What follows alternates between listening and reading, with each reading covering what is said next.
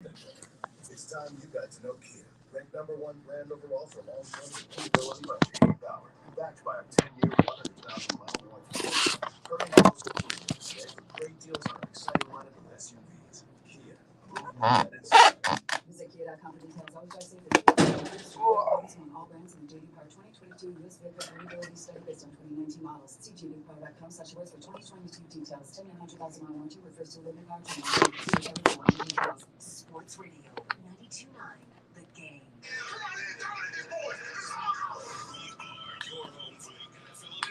Get the latest from around the league here all year long. WCGC Atlanta, WCGC HD1.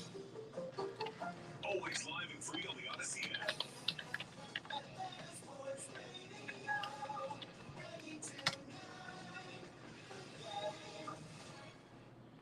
What's going on, everybody? You know we're going live here in a minute. Appreciate y'all tuning in. As we look at the top stories of the ATL. This is the Hometown Take with Dylan Mathews. Complete roundup of the top local sports stories that matter to you. The Hometown Take is on Sports Radio 92.9 The Game. Now, here's Dylan. What's going on, everybody? It is your boy Dylan Mathews live in the Kia Studios, bringing you the Hometown Take. Make sure you follow the radio station at 929 The Game. I'm at _Dylan Mathews on the Twitter machine and Instagram. And you can find me as well, Dylan Mathews on Facebook and Dylan Mathews on YouTube as well. Appreciate you guys tuning in here on a Saturday afternoon. The Hometown Take rolling with you until 5 p.m. this afternoon. I guess until this evening. I guess once you hit 5, you kind of hit the evening time. So I'm taking you up to Saturday evening, we'll call it. And I appreciate you being along with the ride. So we got a lot to get into today. So much that we got to go ahead and get right into things. We're going to talk a lot of Atlanta Braves here to start the show. We're going to give you pretty much a whole entire Braves preview all the way up until first pitch, which is scheduled for 4:10 p.m. today. Spencer Strider, the mustache man, is on the mound today for the Atlanta Braves. We'll bring you lineups and all sorts of those things here coming up soon. We're also going to talk to Justin Toscano, the Atlanta Braves beat reporter for the AJC. We're going to talk to him at 3:20. He's going to help preview the Atlanta Braves, and we're also going to talk, we got to talk about Ian Anderson. It has finally happened. He has been optioned down to AAA Gwinnett. We'll talk about that more here in depth in just a minute, but we're also going to talk to Dave Archer. Going to talk a little Atlanta Falcons football with him in 18 minutes. We're going to ask Arch about, training camp still going on. We're going to talk about some training camp battles with him. The first preseason game, we're going to get you ready for that. So we're talking all things Atlanta Falcons football with Dave Archer. And one thing I am going to ask Dave is, what guys that we brought in this year that are on one-year deals, this year, what guys have chances to get extensions from the Atlanta Falcons? Out of the guys we brought in this year, not guys on their last year, the rookie deal or anything like that, but what guys that we signed to one-year deals this year have chances to get extensions from the Atlanta Falcons after this year? I'm going to ask Dave Archer that and see what he thinks as well. 3 o'clock, we'll go around the A. We'll talk about Atlanta United's game winner last year from Andrew Gutman, or some people calling him now Andrew Goatman. Man, we'll talk about that in around the A. Falcons getting some D-line help. UGA and Georgia Tech opening up their fall camps. And again, the Braves trying to salvage this series at 4 o'clock as well. We'll also talk about this is another thing I'm going to ask Dave too, but we're going to talk about a little bit later in the show. Besides quarterback, what position group should we be watching the most Friday against the Lions in the first preseason game? We'll get into that. Pro Football Focus has every player that has the most to prove on each NFL team. Who is it for the Atlanta Falcons? We'll talk about that at 4 o'clock. 4:20, the state of the Hawks and why we should be excited about what we saw in the crossover. That's Jamal Crawford's Pro-Am League. We should be excited what we saw from, obviously, Trey Young, DeJounte Murray and John Collins. Hadn't had a chance to react to that yet, so we'll react to it. But I'm going to tell you why we should be excited, but we can't overreact. And you can already go ahead and putting them in your hashtag Grillin' Dylan questions. Make sure you get those in for 440. We will do that to end the show. But to start, like I said, we have to start with the Atlanta Braves because the Braves have been struggling. They just can't seem to get over the hump of the New York Mets. And this was the prime opportunity to do it in this series. And now, as we come into the game today, the final of the 5-game series against the New York Mets, we find ourselves just trying to salvage the series. We already lost it by getting swept yesterday. So the best we can do now is lose the series 3-2, which still won't be bad if we win today. I'm not going to say this game is a must win, but you really, really, really, really, really need to win this game because you do have still about, I think, 7 games with the New York Mets this season after today. But this is still a very important game for the Atlanta Braves because now you're back down by 4.5 games. You lose today, you're down 5.5. Now you're digging yourself a deeper hole again, a hole that you had gotten yourself out of with that 14-game winning streak. Now, if you go on another 14-game winning streak, great. But we don't know that the Braves are going to do that for sure.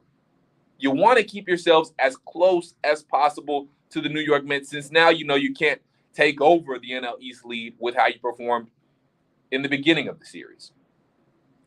So the Braves going to try and keep things down to 4.5 by winning today. And if you do that, then it's pretty manageable because you got a 4-game series coming up here soon. Again, I believe starting August 15th, you have another 4-game series with the New York Mets. So while you would love to sweep, if you just win that series, if you win it 3-1, or heck, even if you split, you stay status quo at 4.5, but you really need to win that series. If you win today, you get down to 4.5, and you go into that series down 4.5, you really need to win that series, at least gain yourself 2 games. So you get down to 2.5. Then you have a 3-game series.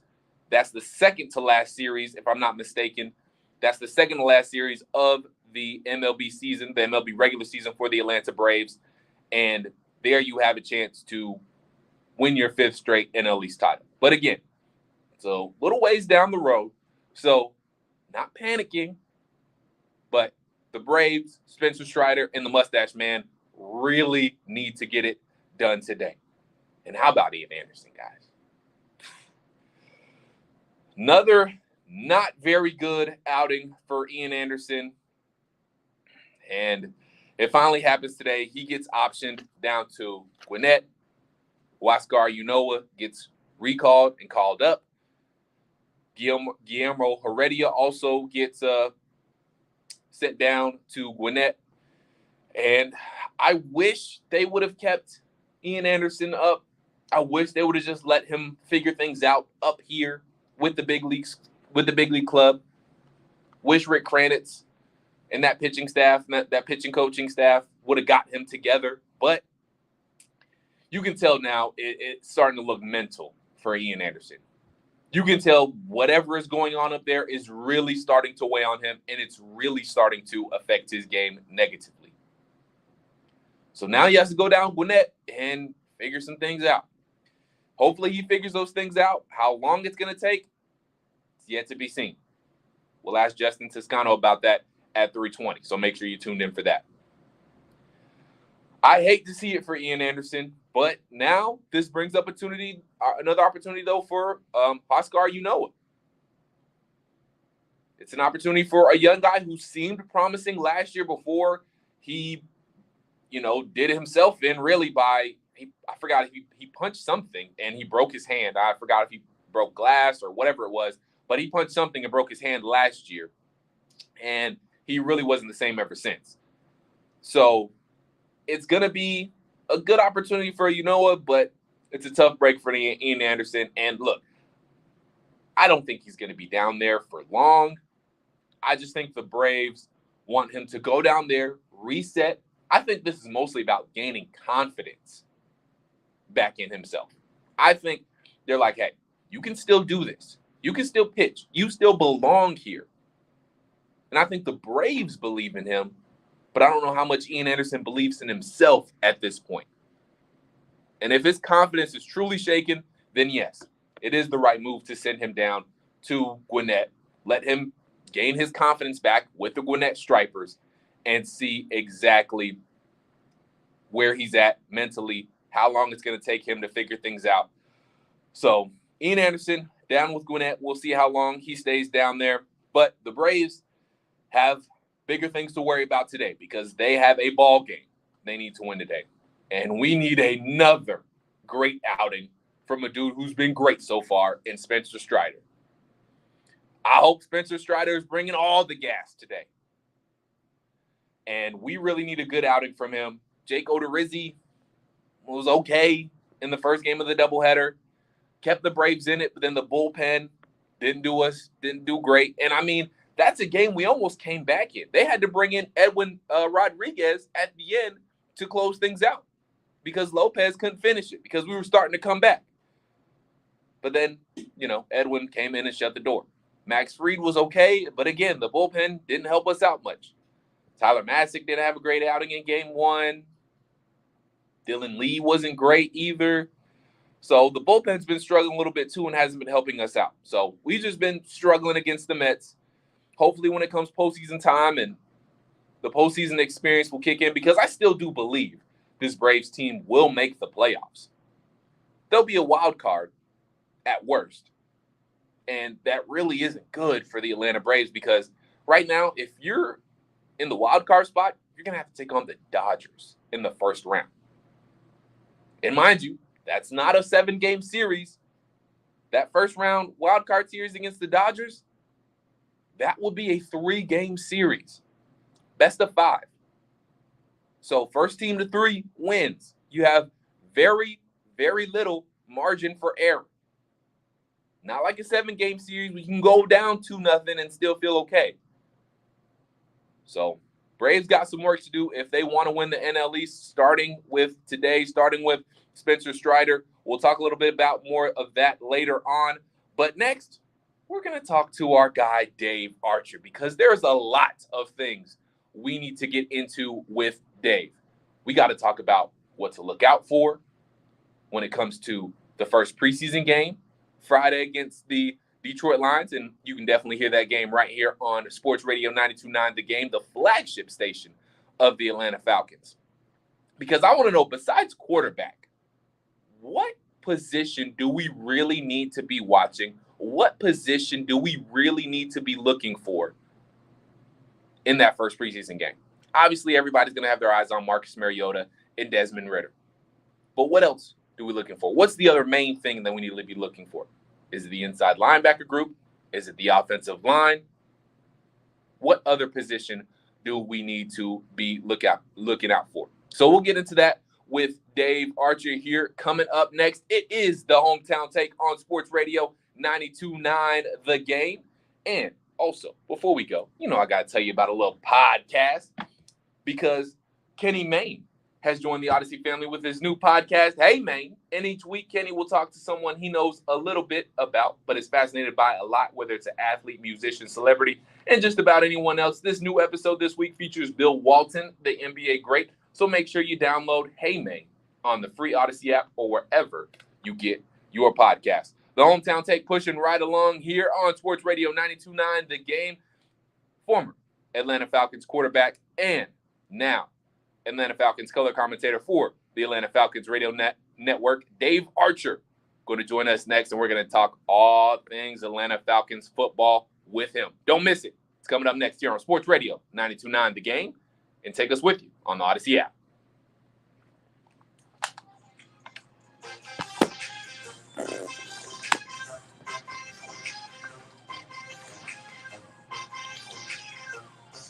Sports Radio 92.9 The Game. Hey, Dirty Birds. Great job. Football. Thank you. The team is working hard to get ready. What's up, y'all? We in this live here. I'm going to dip out of this live in just a second, but I'll be right back, y'all. Because I got to copy these questions I had written down. Forgot to copy them over.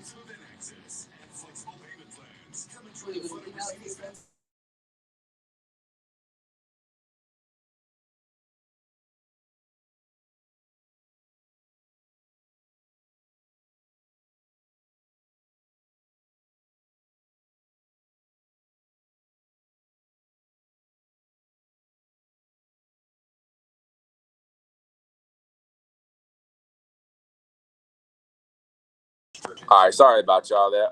We back.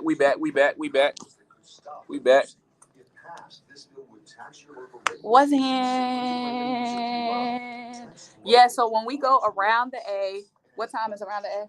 3 o'clock. At 3 o'clock, we will be talking about Atlanta United news during around the A. So yes, that will be addressed. At Shane Company, we'll help you find the perfect engagement ring. Our jewelry consultants are experts and can teach you everything you need. Do you have Dave Archer's number or you need it? You got it, okay. When you're collaborating, there's no pressure. They don't work on commissions, so they'll spend as much time with you as you need. Before you come in, you can play around with our online tool Budget Buddy, so you can see all the possibilities in your price range. When you're here, they'll show you so many gorgeous ring settings and all the options for the center stone.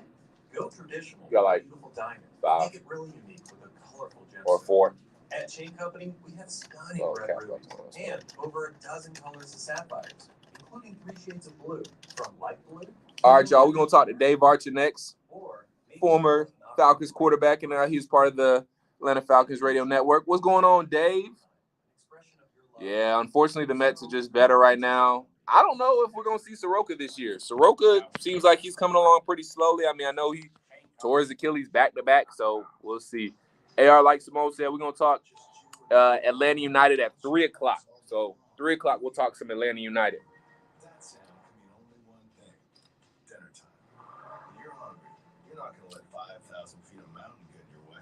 And if they try, well, that's what Kia's lineup of exceptionally capable SUVs with available all-wheel drive is for. The Telluride, Sorrento, Sportage, and Seltos are our way of letting you know we take this pretty seriously.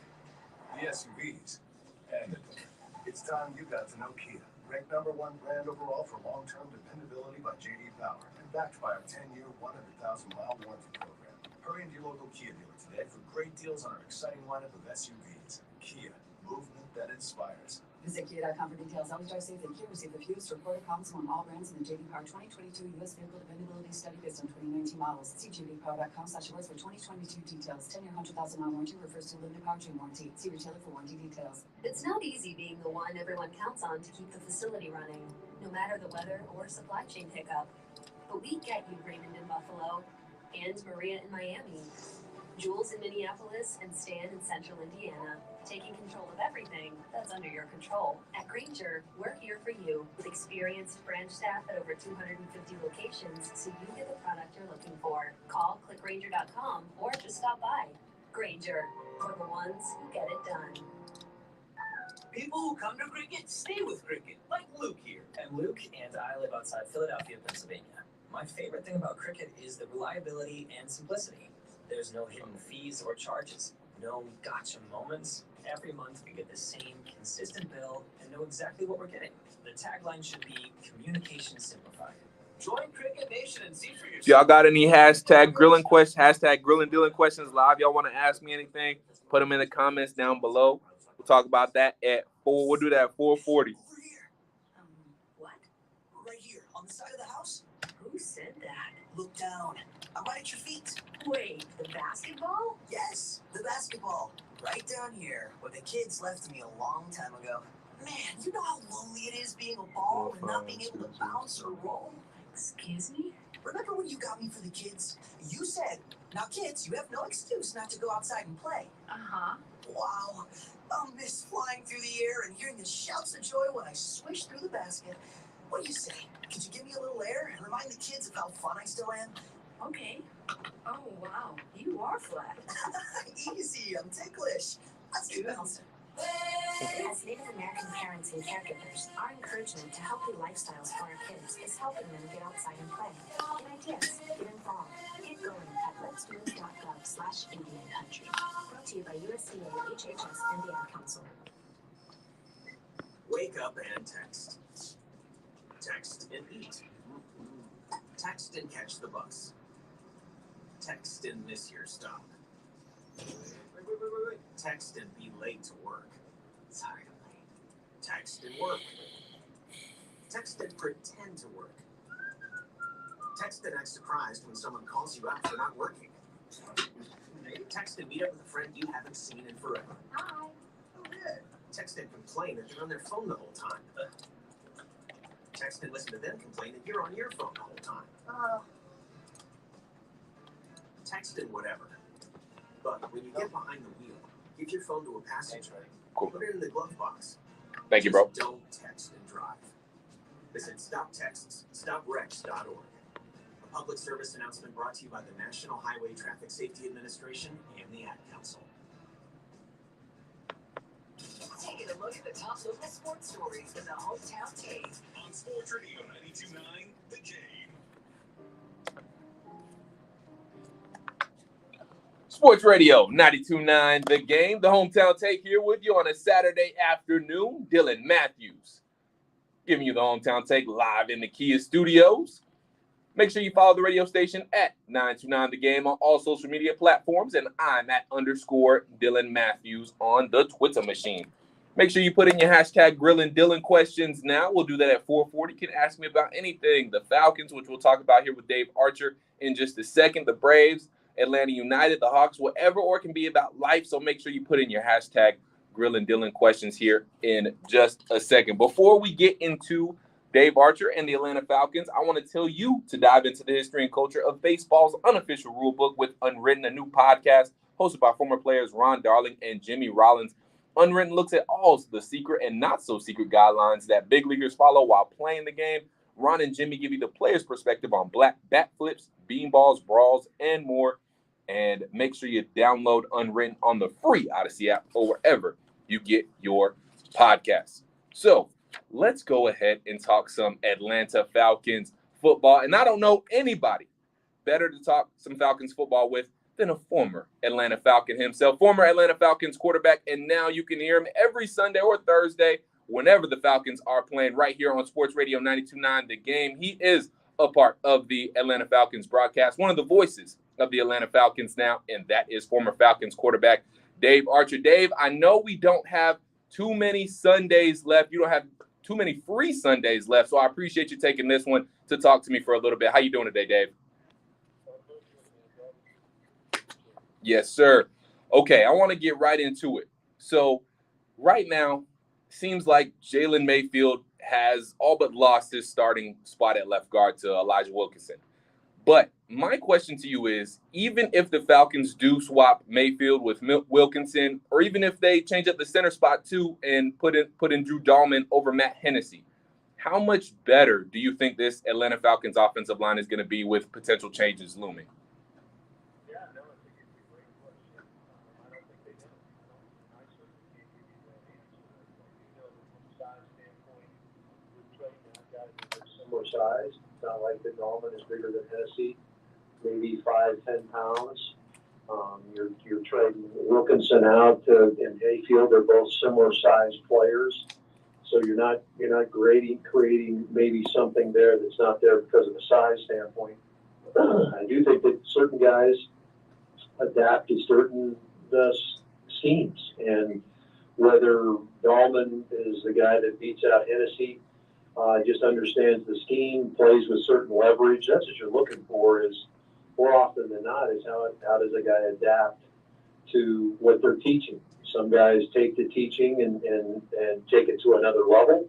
Some guys just take the teaching and that's all you're going to get. So I think we're still kind of trying to figure that out. And it's great to have competition. I think you've got guys that can both play, both those two positions we're talking about. Those guys can play, so you're not talking about a lesser of two evils. You're talking about two guys in each position, and maybe you could even throw Colby Gossett in there, a bigger bodied guy that I think is competing as well. at that guard position that I think those guys rotating, I think you're going to win out because whoever wins the job, both the guys can play. I think Mayfield is a little bit under the gun, obviously, because of the injury. He's taken a setback. He's got a back injury. So his reps have been limited, which has allowed Wilkinson, a lot of Gossett to get more reps in there. And that's really the deal, is you're only going to get better through repetition. Now, Mayfield got to play all of last year. I think he learned a ton. It's so hard to go from tackle to guard as opposed to guard to tackle. Things happen quicker in the interior.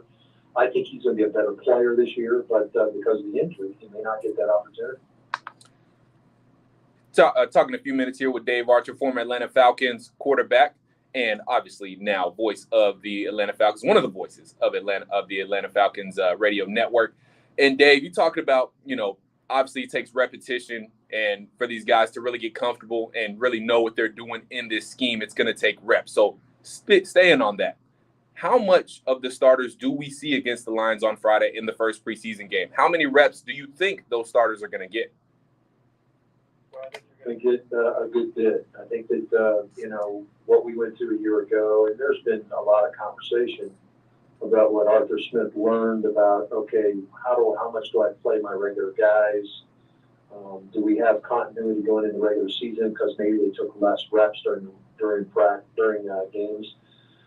The problem for coaches nowadays is it's not back when I played, where we had full go line in the afternoon, or they could do 9-on-7, and it would be basically full go. The rules now stipulate that the physicality of practice is limited. And so even though they call it FUD tempo, which means you come off, make contact, and you slow down, or don't take guys to the ground, it doesn't simulate the game. And so now you're working more on technique. And so now you hope that the physicality translates once you get on the field. Sometimes it does, sometimes it doesn't. And so the games are huge now. And I think that maybe that was a learning process for Arthur Smith, his first time head coach. How much do I emerge? How much continuity? How much do I believe in what we're doing? Or how much do I believe in the five that are up front for me? And do they have a grasp of what we want to do from a physicality standpoint? Do we teach that well enough?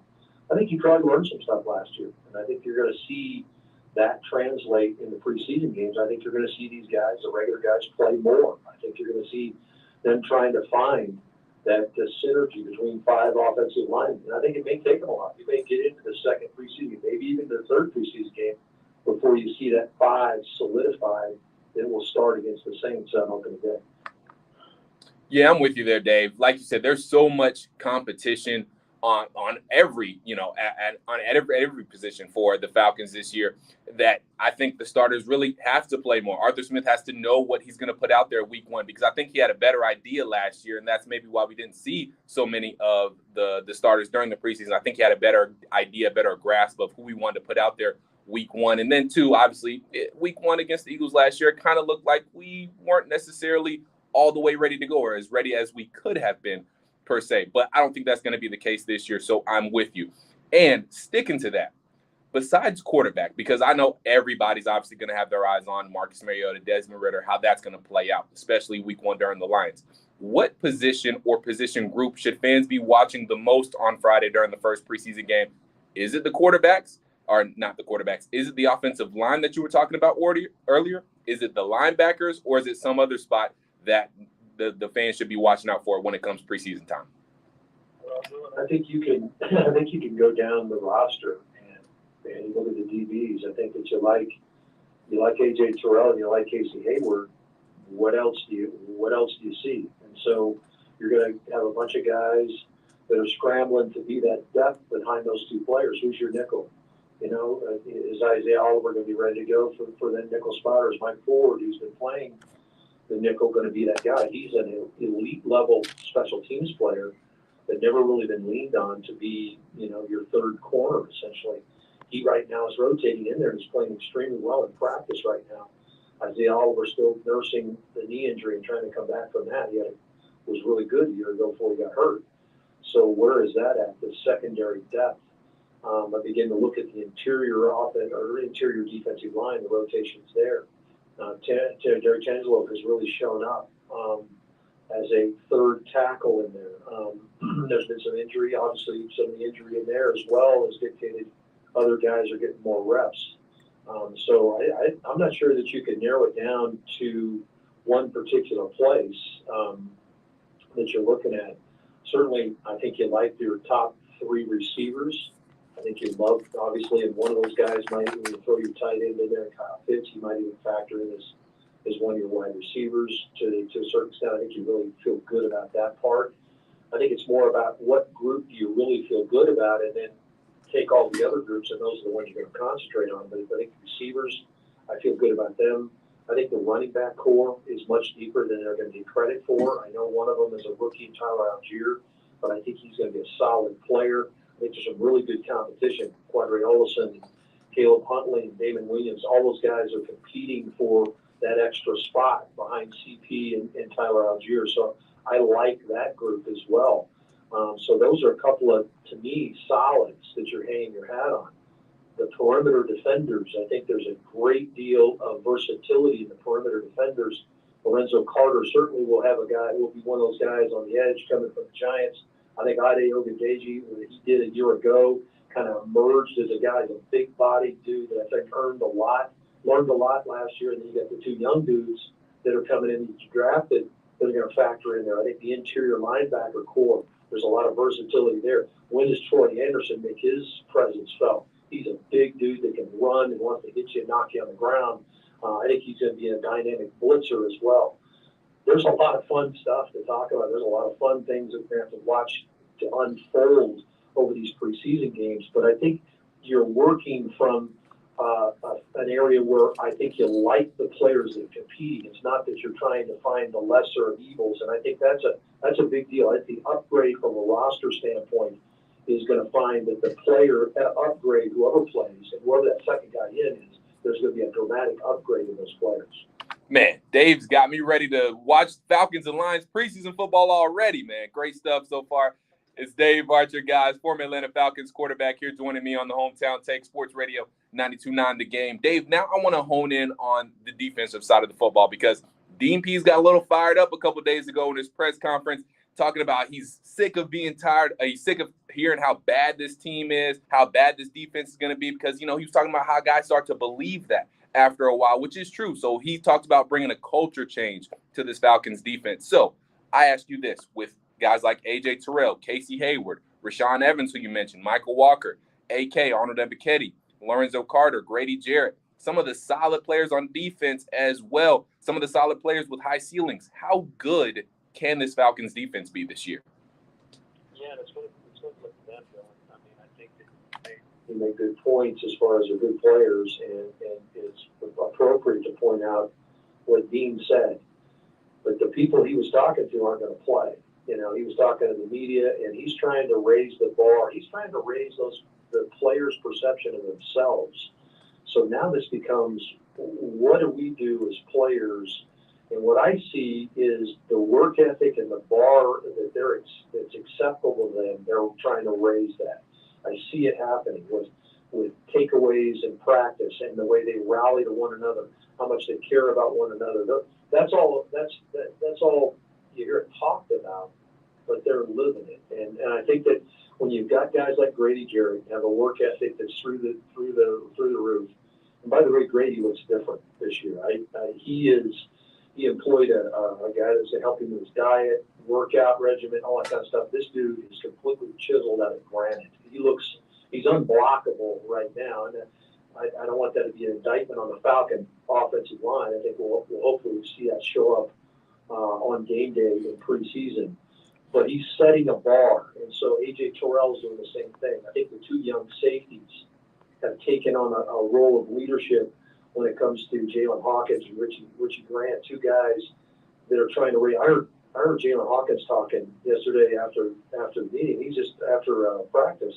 He's talking from this level of perception and level of what they want to be and how they're trying to get better each day. They're not worried about the Lions. They're not worried about the Jets or any of that kind of the Saints.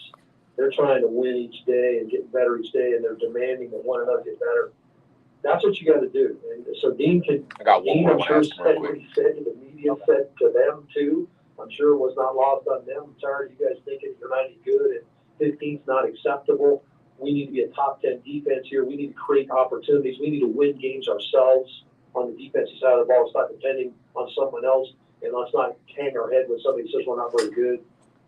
All of that, you bundle all that together, and that's what they're trying to do is raise the bar. I see it happening, but again, you can talk about it, they can practice it, but it's got to come to life in games. I think we'll see some of that, no question.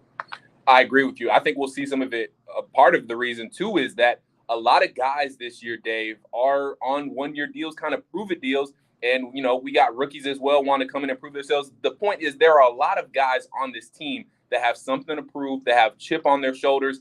And with that, I ask you this, and this is the last thing here, Dave. I really appreciate the time. What guys brought in this year that are on one-year deals? So not, guys who are on the last year of their rookie contracts or anything like that. Guys that were brought in this year, brought in on one-year deals this year, like Rashaan Evans and guys like that. What guys brought in on one-year deals this year have realistic chances, you think, to get new contracts or get extensions from the Falcons? Yeah, I think you mentioned Lorenzo Carter and Rashaan Evans are the first two guys who come to mind. There's no question about it. There's two young players. The two guys, 26 years old, both those guys? Yeah. Both those guys were former number one draft picks. Both those guys come from proud programs in Alabama and Georgia. For Lorenzo Carter, he went to New York, the Big Apple, all that has to offer, and frankly didn't perform maybe to the level of his draft pick. But here he comes back home. He's back down here. He seems very comfortable. He's excited about playing in front of his hometown crowd, in front of his family. And as you said, and I've been talking about it a good bit since we went to camp, is the chip on the shoulder thing cannot be underestimated, because you're not talking about a guy that's 33 or 34 years old who's trying to get one more contract. We're talking about guys that were highly regarded that for whatever reason, whether it's injury or loss of confidence, and Marcus Mariota, whoever, they are young players. Marcus Mariota is 28 years old. Mariota is 28 years old. He's only going to be 29 until mid-season. This dude hadn't even reached his prime yet. And so these guys are trying to say, wait a minute, I was number 2 overall. Mariota was number 2 overall. If he was the rookie quarterback, I'll be quick on you the look next at his rookie numbers. He had 105 touchdown passes and 15 interceptions in Oregon. He won the Heisman Trophy. He ran for, I think, 35 touchdowns in Oregon. If he were coming out this year with those numbers, he'd be the number 1 pick in the draft. He'd be over young. He'd still be that guy. So where is that guy? That guy is there. He's in there. We saw it year 2 in Tennessee? We saw it. We saw it up here. That's the guy you got to find. And so for these other guys like that, you're exactly right. You're bang on. I mean, it's a chip on the shoulder, opportunity to prove, whatever it may be. And you now pride factors in here. At some point, your pride kicks in and says, wait a minute, I was the number 1 draft pick. I'm going to play. I'm going to show these people I was the number 1 draft pick. And so you pointed out the main ones right there, and there's no question. That's what I'm expecting. That's why Arthur Smith and Terry Fontenot went and got him. They were expecting that as well. We will see how it all unfolds starting as early as this Friday. The Falcons are taking on the Lions. You can hear it all right here on Sports Radio 92.9 The Game. And you can hear the man you just heard for these past couple of minutes here, Dave Archer, former Atlanta Falcons quarterback, and he's going to be joining Wes Durham on all of the Atlanta Falcons broadcasts right here on 92.9 The Game. Well, Dave, like I said, this is going to be one of the most, I think, intriguing Atlanta Falcons preseasons that we've ever had, that we've had in a long time. And I really appreciate you coming on here for a couple of minutes. You got me hyped. I think you got everybody hyped to watch Atlanta Falcons football, even the preseason, Dave. Thank you so much for the time, man. Dylan, my man, I appreciate you. Keep breaking it down, man. Appreciate you, Dave. That is Dave Archer, former Atlanta Falcons quarterback. He was here on the WadeFord.com hotline, Atlanta's Ford dealer. There it is, man. Guys got chips on their shoulder. Guys need to be ready to ball out. And maybe some contracts get handed out at the end of the day. So they really got me hyped, man. I'm ready to talk some more Atlanta Falcons football. I'm ready to watch some Atlanta Falcons football, and I hope you guys are too, because that's what we're going to talk about next. We're going to expand upon that point that Dave was talking about. What guys on one-year deals could play themselves into an extension with the Falcons? You heard what Dave had to say. Rashaan Evans, Lorenzo Carter. I got some other guys on my list too. Here who they are next, right here on the Hometown Take on Sports Radio 92.9 The Game and the Odyssey app. Sports Radio 92.9 The Game. The new Odyssey app has the soundtrack for your summer. No matter what your groove is, find the perfect music on our app. Find your summer soundtrack. But yeah, I turned my mic off and stuff, and I had the speaker volume up, so. Enjoy your favorite music all summer long. Only on the Odyssey app from Sports Radio 92.9 The Game. Culver's could have only started in Wisconsin. Just ask our team member Marcus. Let's just say you can take the restaurants out of America's Dairyland, but you can't take America's Dairyland out of the restaurants. Like the real Wisconsin cheese on our juicy butter burgers, the farm fresh dairy and a fresh frozen custard, even our crispy golden Wisconsin cheese curds. It may sound cheesy, but we love where we come from at Culver's. Almost as much as we love sharing it with our guests. See if I airdrop it to you and then airdrop it to me. Another reason Culver's could have only started in Wisconsin. Let our team member Anna tell you why. People always say Culver's food tastes homemade. That's also because our menu is Why won't it say it won't even do it to yours? butter burgers and rich, creamy, fresh frozen custard, two of Wisconsin's favorite traditions. What's going on live? How we hanging in there, y'all? Appreciate y'all rocking with me here on a Saturday. You know what I'm saying? We still rocking. We just talked to Dave Archer, former Falcons quarterback. Hope y'all enjoyed that. If y'all got any hashtag Grilling Dylan questions, put them in the comments down below. Say what? Oh yeah, it's in that Trader Joe's bag. Insurance policy 3 times the size of the policies you had to purchase for your previous mistakes? If so, you need to call Big Lou at Term Provider, 800-200-1966. Big Lou is intimately familiar with your problems, and if you're 50 or 60 years old and in reasonably good health, a $1 million policy should only cost about $100 to $200 per month. Big Lou may have a solution for your previous policies as well. You may even save enough money to lighten the load on your new $1 million policy. Remember, call Big Lou. He's like you. Except he's only on number 2. Call Term Provider at 800-200-1966. That's 800-200-1966 for $1 million in term life insurance that you can live with. Call Big Lou at 800-200-1966. 800-200-1966. In order for small businesses to thrive, they need to be smart, efficient, agile, staying ahead of the market at every turn, and finding ways to do more with less. That's never been more important than it is right now.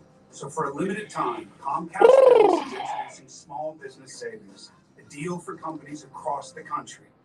When you call in now, you can get powerful internet for just $39 a month for 12 months. $39 a month. With no annual contract and a money-back guarantee. All on the largest, fastest, reliable network for small businesses, with a company that powers more businesses than anyone else. So if you're a small business owner, don't wait. Call and get started today. Comcast Business, powering possibilities. For a limited time, ask how to get a $500 prepaid card with a qualifying gig bundle. Ends 9/21/22. Requires Eco-Bill and autopay. Restrictions apply. New business 50 megabits per second customers only. Equipment taxes and other charges extra and subject to change. After promo, regular rates apply. Need an appliance? Shop the new appliance truckload event at Lowe's. Going on now. From refrigerators and ranges to dishwashers and laundry pairs, we have a large selection of appliances from the brands you trust. Plus, get store-wide savings by shopping other in-stock categories. Go to your local Lowe's store or visit Lowe's.com to shop the appliance truckload event and find what you need now. While supplies last, valid through 8/17. How do you make the most of your land? If you ask the Wrens, who run with us on a John Deere mower, they tell you, I mow first, then I do all the trimming. but the Hubbards, who work behind the wheel of a John Deere compact tractor, would say, If it's something you want, just go after it and try it. then there's the Mosers, who made mention from the seat of their John Deere Gator UTV. You can't go working out fight. There are millions of ways to make the most of your land. Learn how to make the most of yours at Deere.com. Nothing runs like a Deere. Back with more of the Hometown Take. On Sports Radio 92.9 The Game.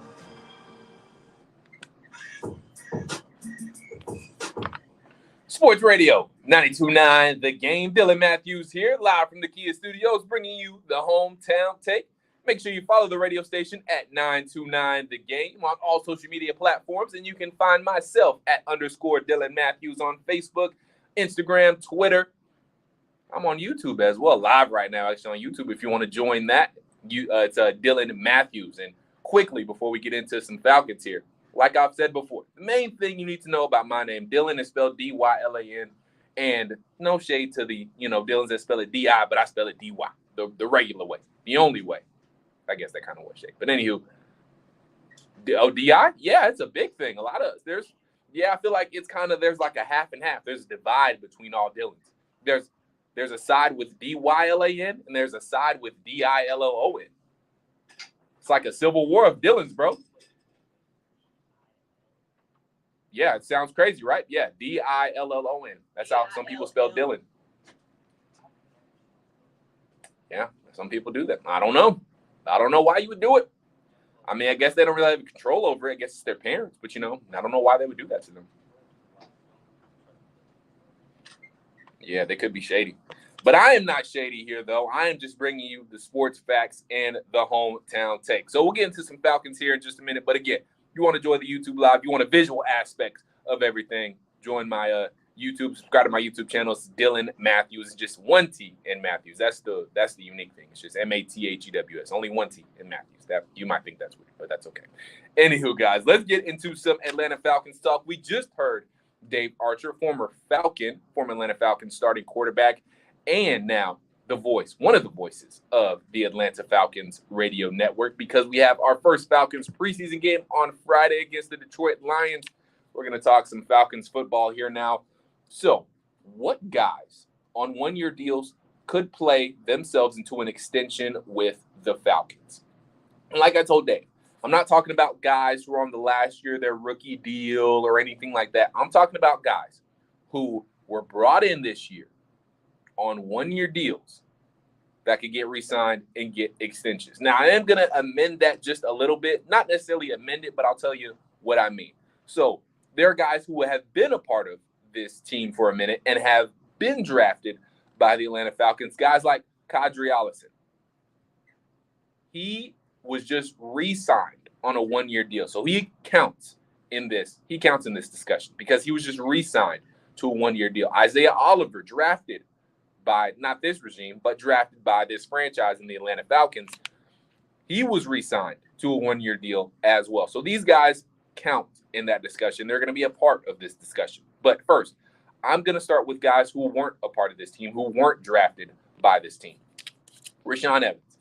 I think Rashaan Evans has a chance to be a long-term solution at linebacker for the Atlanta Falcons. Dave Archer mentioned it. Still young, I think 26 years old. The Tennessee Titans did not re-up him after he played out his rookie contract. And now he's playing with a chip on his shoulder. First-round pick out of Alabama. He has a huge chip on his shoulder this year. Dave Archer was talking about it, and I think he could be a really, really good piece for us. And I think, again, he could be the long-term solution at one of those inside linebacker positions. Think about it. Dean Pease has that familiarity with him. That's part of the reason why we brought him in. He's played under Dean Pease. Dean Pease likes him. He's got the build that Dean Pease wants out of his linebackers. Big, physical, strong. It's no more of this, speed stuff that the Dan Quinn regime had. That's why, what's going on with Deion Jones is going on with Deion Jones. Dean Pease wants big, physical linebackers who aren't afraid to get in there and really smack somebody, and someone who can also take on run blocks. Well, Deion Jones isn't really good at these days. So I think Rashaan Evans has a very, very good chance. If he plays well this year, he has a very good chance to get an extension from this Falcons team, who, again, is going to have some moolah, some cash to dish out at the end of this season. Matt Ryan's coming off the books. Depending on what happens with Deion Jones, he can come off the books. I believe Julio's coming off the books as well. So the Falcons will have some cash to dish out. And some of that cash should be and could be allotted to their own guys. Chris Lindstrom is about to be ready for an extension. If he has another great year like he did last year, he's going to get an extension. Rashaan Evans could find himself getting a new contract with the Falcons. Another guy, too, sticking with the defense and the linebackers. Lorenzo Carter, Georgia guy, obviously played at the University of Georgia. The thing about Lorenzo is, it's one question with Lorenzo Carter. Are we getting the Lorenzo Carter in the beginning of the year last year with the New York Giants where he did basically nothing? Or are we getting the Lorenzo Carter of the last 4 or 5 games where he had a sack in every game? He had maybe a tackle for loss or 2 tackles for loss in each game. Lorenzo Carter got all of his stats that he had last year the last 4 or 5 games of the season. He had a sack in every game. I think he had even 2 sacks in one game. All of his stats came at the last, I kid you not. Go look at Lorenzo Carter's stats. All of them came in the last 4 or 5 games last year. So are we getting the Lorenzo Carter at the beginning of the year, or are we getting Lorenzo Carter at the end of the year? Which one is it? If we get the one in the beginning, he ain't going to be here next year. But if we get the Lorenzo Carter at the end of last season with the New York Giants, who came on strong, who was making plays, who was an impact player, who showed the flashes that we saw him do consistently at Georgia, who showed why he was a first-round pick, who showed why he could be an elite defender coming out of Georgia. If we get that Lorenzo Carter, he could find himself a contract too. Another guy, Germain Ifedi. Now, this guy, I'm not super convinced he's going to be here past this year, but we still have some competition. There's a lot of competition left between training camp, preseason. He still has a chance to maybe take that right tackle position by the horns. He can also play guard too. So depending on the opportunity he gets, maybe he could be an offensive line solution. But he really hasn't got the opportunity yet. So I think show what he's capable of. Caleb McGarry has kept his starting spot at right tackle thus far, and that's the position they have Germain Ifedi kind of at right now. They don't really have him playing in guard positions. He's more so backing up Caleb McGarry right now in practice from everything I've seen and read. But Germain Ifedi, if he gets an opportunity, he plays well, he could be another guy that was brought in this year on a 1-year deal that gets a contract extension. Now, some of the guys that have been here were drafted by the Atlanta Falcons and were re-signed this year on 1-year deals, i.e. Kadri Allison, Isaiah Oliver. These are 2 dudes specifically that have chances. This is kind of their probably 3rd and final chance. If you think about it, they're on their 2nd chance right now. Obviously, they were drafted. They had time to prove if they deserved an extension when they were drafted in the 4 years they had in their rookie deal. They did enough to stay here, but just kind of on a prove-it deal. Obviously, Isaiah Oliver played really well last year before he got injured. He's going to come back, and hopefully he can be the nickel corner for the Atlanta Falcons for the foreseeable future. I think that's Isaiah Oliver's plan, at least, and that would want to be the plan for the Atlanta Falcons because I think they really like Isaiah Oliver, and that was a guy we almost gave up on. Isaiah Oliver on this station was being called by his number. We didn't even call him by name. We called him 26 before last year. But now, under Dean Pease's defense and under the helm of Arthur Smith, he's gotten a revival. And now he has a chance, if he stays healthy this year and started the way he started last year, he has a chance to get a contract extension and prove not to be such a bad draft pick by last year's regime. Or not last year's regime, the last regime, I should say. Kadri Allison, another dude drafted by this team, hasn't really gotten the opportunities. I feel like every time we see Kadri Allison, he isn't necessarily bad. I feel like he could be a very good red zone back for this team. I don't think he's an every down back, but I think he could be a really, really good red zone back for this team. Physical, big, hits the hole, does a good job of going from north to south. We always talk about we hate seeing guys go east to west sideways, trying to do too much with their feet, trying to do too much shucking and jiving, too much juking. Quadri Allison's a dude who moves north to south. He goes up. He doesn't go sideways. He goes up. He goes forward. Really good to have a dude like that in the red zone. I think if he gets the opportunities, he gets the carries, and he's going to have to earn them. Because we know Caleb Huntley has looked good. Tyler Algier, I think we all expect. If all things go the way we think they're going to go, he might end up being the every down back, maybe next to Cordell Patterson. But Quadri Allison, that's a dude to look out for. If he does good in the red zone, if he does good with the carries that he gets, he could be a dude that gets a contract extension. He won't get a big one, I don't think, if he does get one. Again, I think there's a defined role for Quadri Allison on this team. I think he's a good change of pace back, a good third down back, good 3rd and 1 type of back because of his physicality and his size. But again, that's another dude that has a chance to get an extension with his team. He's on a 1-year deal now, just like Isaiah Oliver got re-signed to 1-year deals this year to stay on the Falcons. But you got to think this is their 3rd and final chance. So we'll see. All right, when we come back, hour number 2 of the Hometown Take is going to commence, and we're going to go around the A, give you all the latest news, scores, updates with the Braves. Atlanta United, who got a very much needed 3 points in a very, very dramatic way, but a fun and exciting way as well. The Falcons, also, while we're just talking about them, they added some defensive line depth. Maybe not the guy you wanted or expected, but they did add somebody. UGA and Georgia Tech have opened up fall camp. And the Braves, going to try and salvage the series and stay afloat in the NL East race. We'll talk about all of that coming up next. It's Around the A on the Hometown Take here on Sports Radio 92.9 The Game and the Odyssey app. Great job. Thank you, thank you, thank you. Sports Radio 92.9 The Game. John Chuckery, nights.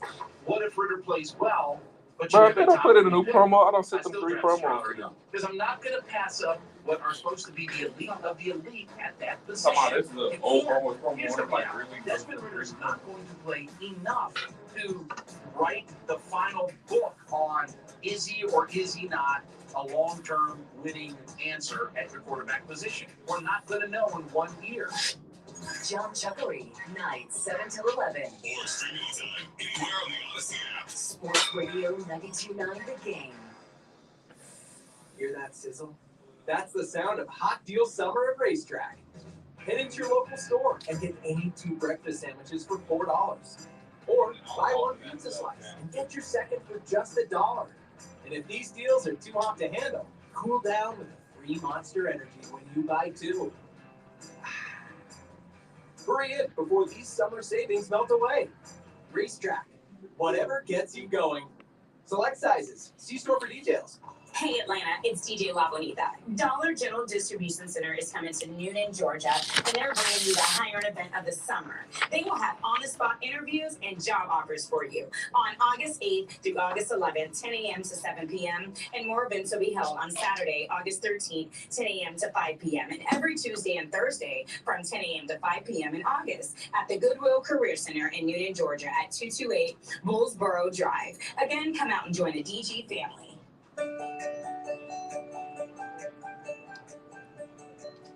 The sun is hotter in Georgia. We believe science will back us up on this. We're not sure how or why, but it's a different kind of hot. And judging by the calls we're already getting, your AC's feeling it. I'm Ben. And I'm Dari. At RS Andrews, we have over 50 summers under our belt.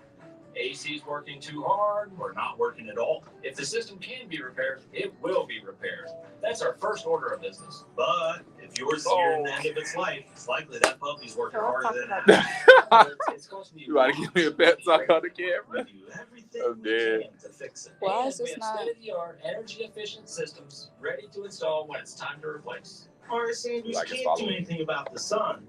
What does it have Back against up a Georgia little. anyway? But we I meant will slide do that way. everything Slide to this make way? sure you smile. That story, he's dead. Online at Might have just turned rsandrews.com. a little bit. I used to get frequent heartburn at night, so I made Prilosec OTC part of my morning routine. With just one pill, Prilosec OTC We're prevents doing good, excess really acid good so production, far. blocking So heartburn all day. About to get into around the A. I'm gonna have a music bed going under because did I tell you Mike Conti said that needed to be a thing too? What? Like when I do something like around the A, it needs to have like a music bed under it when I'm I walking my told top you of the that. topic. I know he said that too, so I'm doing that now. So what song? I'm using Hey Y'all. So this is like I'm using Hey Y'all by Outkast, you know, the Atlanta group, just around the A, tying it all together. All right. Back with more local sports talk with the Hometown Take. On Sports Radio 92.9, The Game.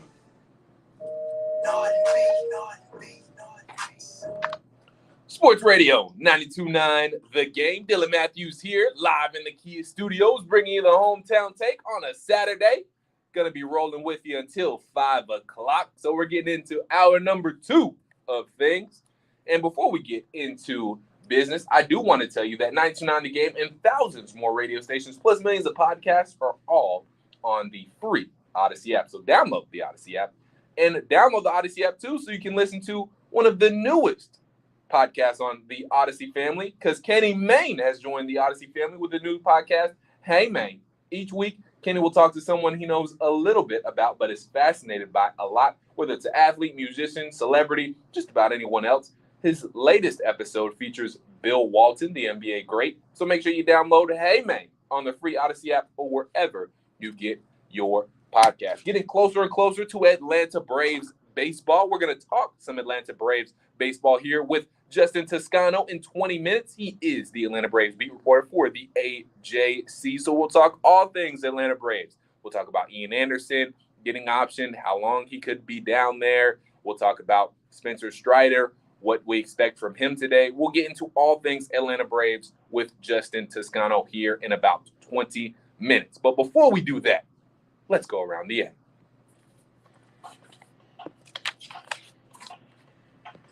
Got to bring a little Outcast love here on Around the A. So let's start with this. Atlanta United got a much-needed 3 points in a 2-1 victory at the death against the Seattle Sounders. The first time ever the Five Stripes have beaten the Sounders in a head-to-head matchup across all competitions. So it was a great victory all around for the Five Stripes yesterday. And let's hear how they won last night. This call courtesy of Mike Conti and Sports Radio 92.9 The Game.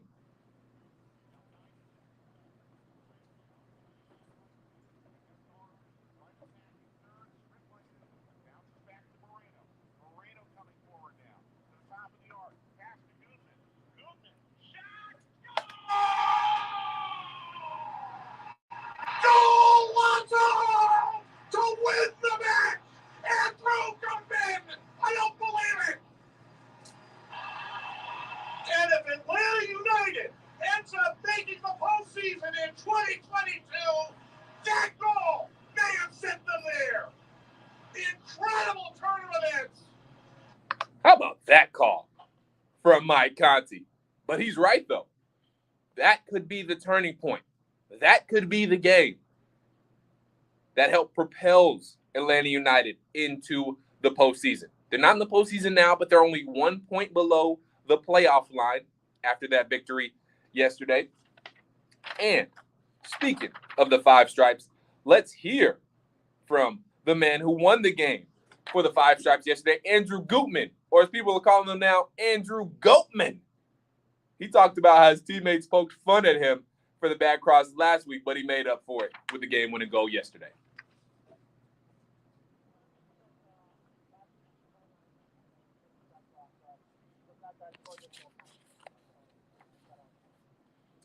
There you go. I mean, the team, you know, Andrew had a little bit of monkey on his back. He had a bit of a monkey on his back because the team, he had a bad cross and the team was giving him crap about it. But, you know, he said, take that. How about a game winner? That way y'all can leave me alone. So great stuff by Andrew Gutman there. And obviously he had the game winner yesterday. We talked about the Atlanta Falcons last segment, some guys that could play themselves into a contract extension or a new deal. Guys that are on one-year deals coming into this year that could play themselves into a new contract. Well, another guy that could be in that discussion, maybe, who the Falcons brought in today is Abdullah Anderson. The Falcons just signed Abdullah Anderson today. He's a defensive tackle coming out of Atlantic City, New Jersey, went to Bucknell College. So he played 3 games last year in 2021. Didn't do much, unfortunately, to tell you. No sacks. Had 2 combined tackles, 1 solo tackle, 1 assisted. Only played in 3 games for the Green Bay Packers last year. So this definitely seems like a depth piece. Training camp body. Wouldn't expect too much from Abdullah Anderson, but with Vincent Taylor going down with a ruptured Achilles, and obviously Eddie Goldman retired 13 days after the Falcons signed him, there was much talk about the Falcons needing some depth at defensive line. Now, they still can make some moves at the defensive line position. They still got a little bit of cap space. So, maybe Dom and I were talking about this. Fingers crossed they maybe can bring in a dude like Ndamukong Suh or just somebody of that caliber, somebody a little bit better who can actually help you. Not a dude like Abdullah Anderson who's literally just going to be a body who you really don't want to see on the football field, because if you see Abdullah Anderson on the field, that means everybody's hurt probably. No shade to Abdullah Anderson, but again, 3 games last year. He didn't start. He didn't have any sacks. We see what the writing on the wall is. You see why we brought him in. He's just a body. But the Falcons did get some D-line depth, I guess. Moving on, UGA and Georgia Tech opened up fall camp earlier this week. Kirby Smart was on the podium. We'll hear from him in just a second. I want to know, though, how much is UGA going to open up the offense this year? How much are they going to let Stinson throw the ball around? Obviously, they have a good running game. Obviously, they can do it with Kenny McIntosh. They have weapons on the offensive end. But how much are they going to let Stinson really control the offense and really, really do damage with his arm? Let's hear from Kirby Smart talking about the difference between this year's offense and last year's offense.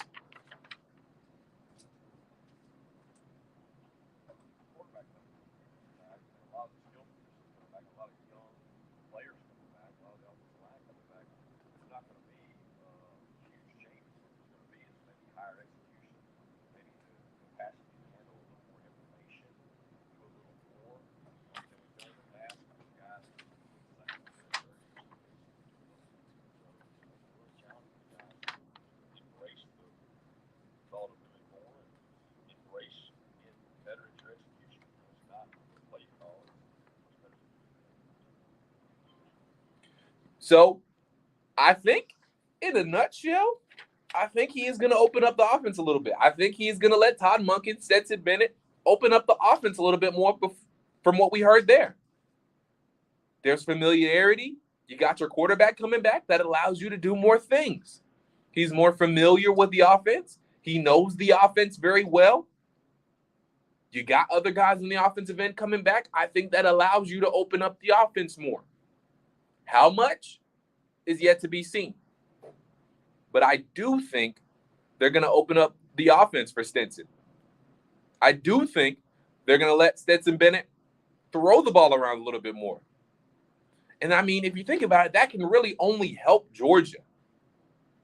We know they have a good running game.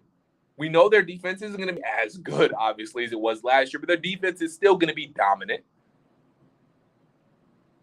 Why not let Stetson throw the ball around a little bit more, if I can talk, and let that offense be multidimensional. Don't let teams just stack the box and not have Stetson as a factor. At least with his arm. They know he's a factor with his legs. He showed that last year too. But let Stetson throw the ball a little bit more. Let him air it out a little bit more. Let him throw a little bit more deep balls. Let him say, go long a little bit more, coach. So I think it'll do the Georgia Bulldogs, Kirby Smart, Todd Monken, Stetson Bennett. It'll benefit all of those guys if they allow him to do more work with his arm. So I will be very interested to see just how much more the air raid is with Georgia, how much more effective the passing game is with Georgia Bulldogs. Continuing with around the A here, the Braves. You know we got to talk about the Braves. And I mean, I'm signed just because I'm so frustrated, y'all. I really am frustrated how this series has gone. I was so looking forward to this series. And I was okay. We took it on the chin game 1. All right. Came back game 2, had a blast. Game was closer than it should have been, but we still got the win, so I'm feeling good. And then yesterday I'm thinking, okay, if we can at least split, if we can at least just split the doubleheader, we'll be on the good track. Got a chance to win the series today, but get swept in the doubleheader yesterday. Just very disappointing series thus far for the Atlanta Braves. But we do have Spencer Strider, who's got that gas. He's got that heat. And hopefully he'll be bringing all of it along with some strikeouts tonight. Let's go ahead and give you the lineup. Ronald Acuna Jr. going to lead off and play right field. Dansby Swanson batting second and playing shortstop. Matt Olson hitting third, playing first base. Austin Riley is going to clean up while playing third base. Eddie Rosario hitting fifth and playing left field. William Contreras getting the start with the catching duties today, and he's batting sixth. Marcelo Zuna is going to be the DH. Michael Harris hitting eighth. So Michael Harris moving a spot up in the roster, in the batting lineup. And Ari Adrianza is going to bat ninth and play second. So look at Michael Harris. They're up in the lineup a little bit, batting eighth. I will say, though, and obviously pitching is Spencer Strider. Now, I will say, if you're going to move up Michael Harris, how much does moving him up one spot really help? Now, I'm not opposed to it, but if you think about it, is moving him up one spot really that consequential? Is it really that impactful? I liked having Michael Harris at the 9 spot because of what everybody else has said. Low pressure, not a lot of expectations there at the 9 spot for the rookie. But the other reason I liked having him there is because you got Michael Harris II and Ronald Acuna Jr. hitting back-to-back in the lineup. And that's a scary back-to-back, especially the way Michael Harris has been hitting. You got him kind of as, the de facto reset to the lineup because he would be a great leadoff hitter or end up being a great leadoff hitter as he gets farther into his career. So the way he's been hitting, he's been the de facto leadoff hitter, and he's been kind of the de facto reset. You get him on base. Now Ronald Acuna Jr. not only can do a little bit more damage with his power, maybe make a solo shot, what would have been a solo shot, a 2-run homer. Or if you get Michael Harris and Ronald Acuna Jr. on, you have immense speed on the base pads now. Got chances for double steals and all those things. So I liked just what having Michael Harris and Ronald Acuna Jr. go back-to-back. I like the things that brought. So just moving him up one spot, I get it, I guess. But I wonder how impactful a move like that really, really is. So that's my only thing. I don't know how impactful it is, but he is moving up. So there you go. We'll see if maybe 8th is the spot he stays, or if this is just today because Adrianza is getting the start instead of Orlando, because Orlando had been hitting 8th before they knew, he just moved Michael Harris up. So we'll see. And, of course, the other news in Braves country today, they're not only trying to salvage a series against the Mets, but Ian Anderson optioned to AAA Gwinnett along with outfielder Guillermo Heredia and Oscar Unoa and Chadwick Trump. also recalled today to the big league club. So it's tough for Ian Anderson. I mean, you could tell it's been weighing on him. I mean, he just has been so inconsistent.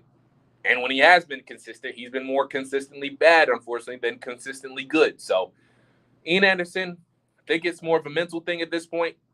And like I said earlier, I think the Braves just want him to regain his confidence and show him that he belongs. Now, you might not necessarily be sending that message by optioning him down, but you show him that he does have the stuff to be a dominant pitcher again. And I think maybe that happens more with him going up against guys in Gwinnett than maybe at the big league level right now. And then the other thing about it is, too, you really just can't afford to have Ian Anderson be bad right now because you're in a pennant race. You're in a race to try and win your 5th straight NL East title. So you can't afford to drop games like that because, again, the Mets aren't going anywhere. And we'll talk about this more with Justin Toscano in about 5 minutes, but you really just can't afford to, have an L every time Ian Anderson is up there. So we'll see how long Ian Anderson is down there for. We'll talk about it with Justin Toscano coming up next, as that does it for Around the A. And we'll continue previewing the Atlanta Braves taking on the New York Mets in their series finale tonight with the reporter and beat writer for the Atlanta Journal-Constitution, Justin Toscano. He's going to join us next right here on 92.9 The Game and the Odyssey app.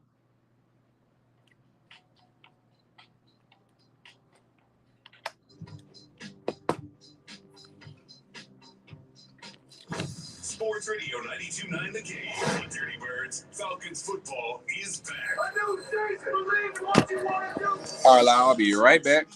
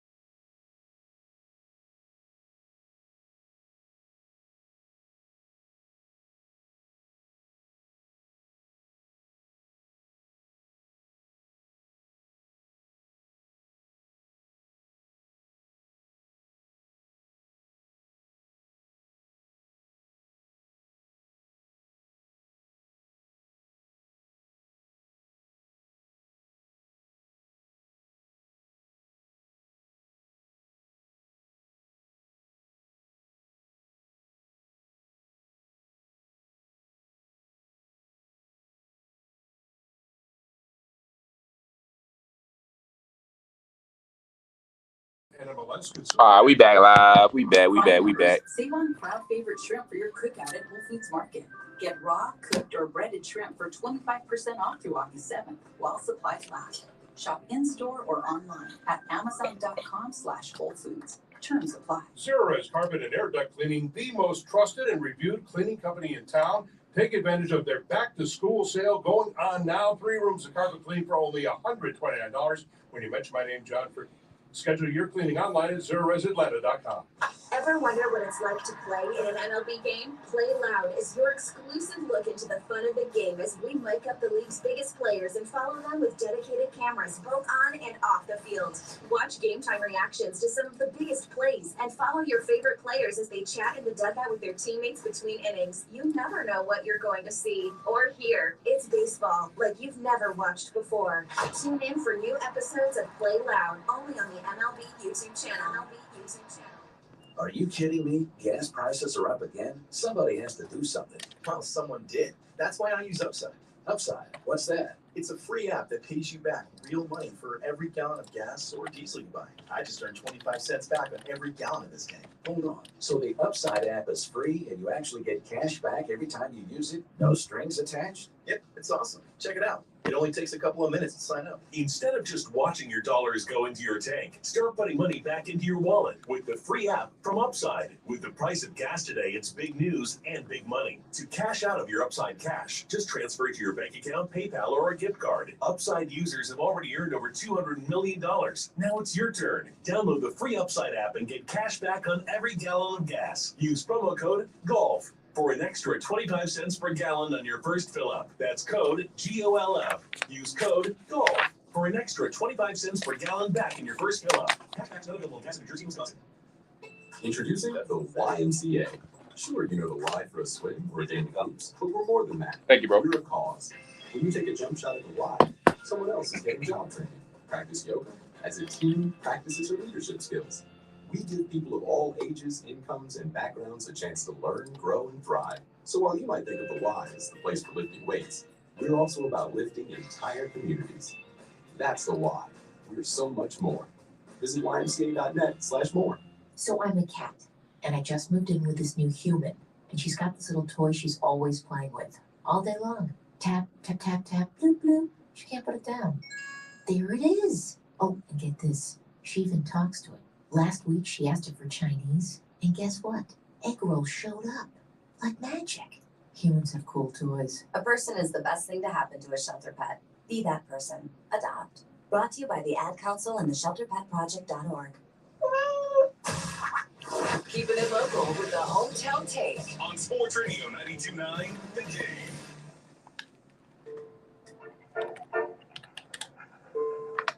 Sports Radio 92.9 The Game. The Hometown Take here live on a Saturday. Taking you all the way up until 5 o'clock. Dylan Mathews here with you. You can follow me at _Dylan Mathews on Twitter. Also follow the station at 929 The Game. Before we talk to Justin here, I want to make sure you know to dive into the history and culture of baseball's unofficial rulebook with Unwritten, a new podcast hosted by former players Ron Darling and Jimmy Rollins. Unwritten looks at all the secret and not-so-secret guidelines that big leaguers follow while playing the game, and Ron and Jimmy give you the player's perspective on bat flips, beanballs, brawls, and more. Make sure you download Unwritten on the free Odyssey app or wherever you get your podcast.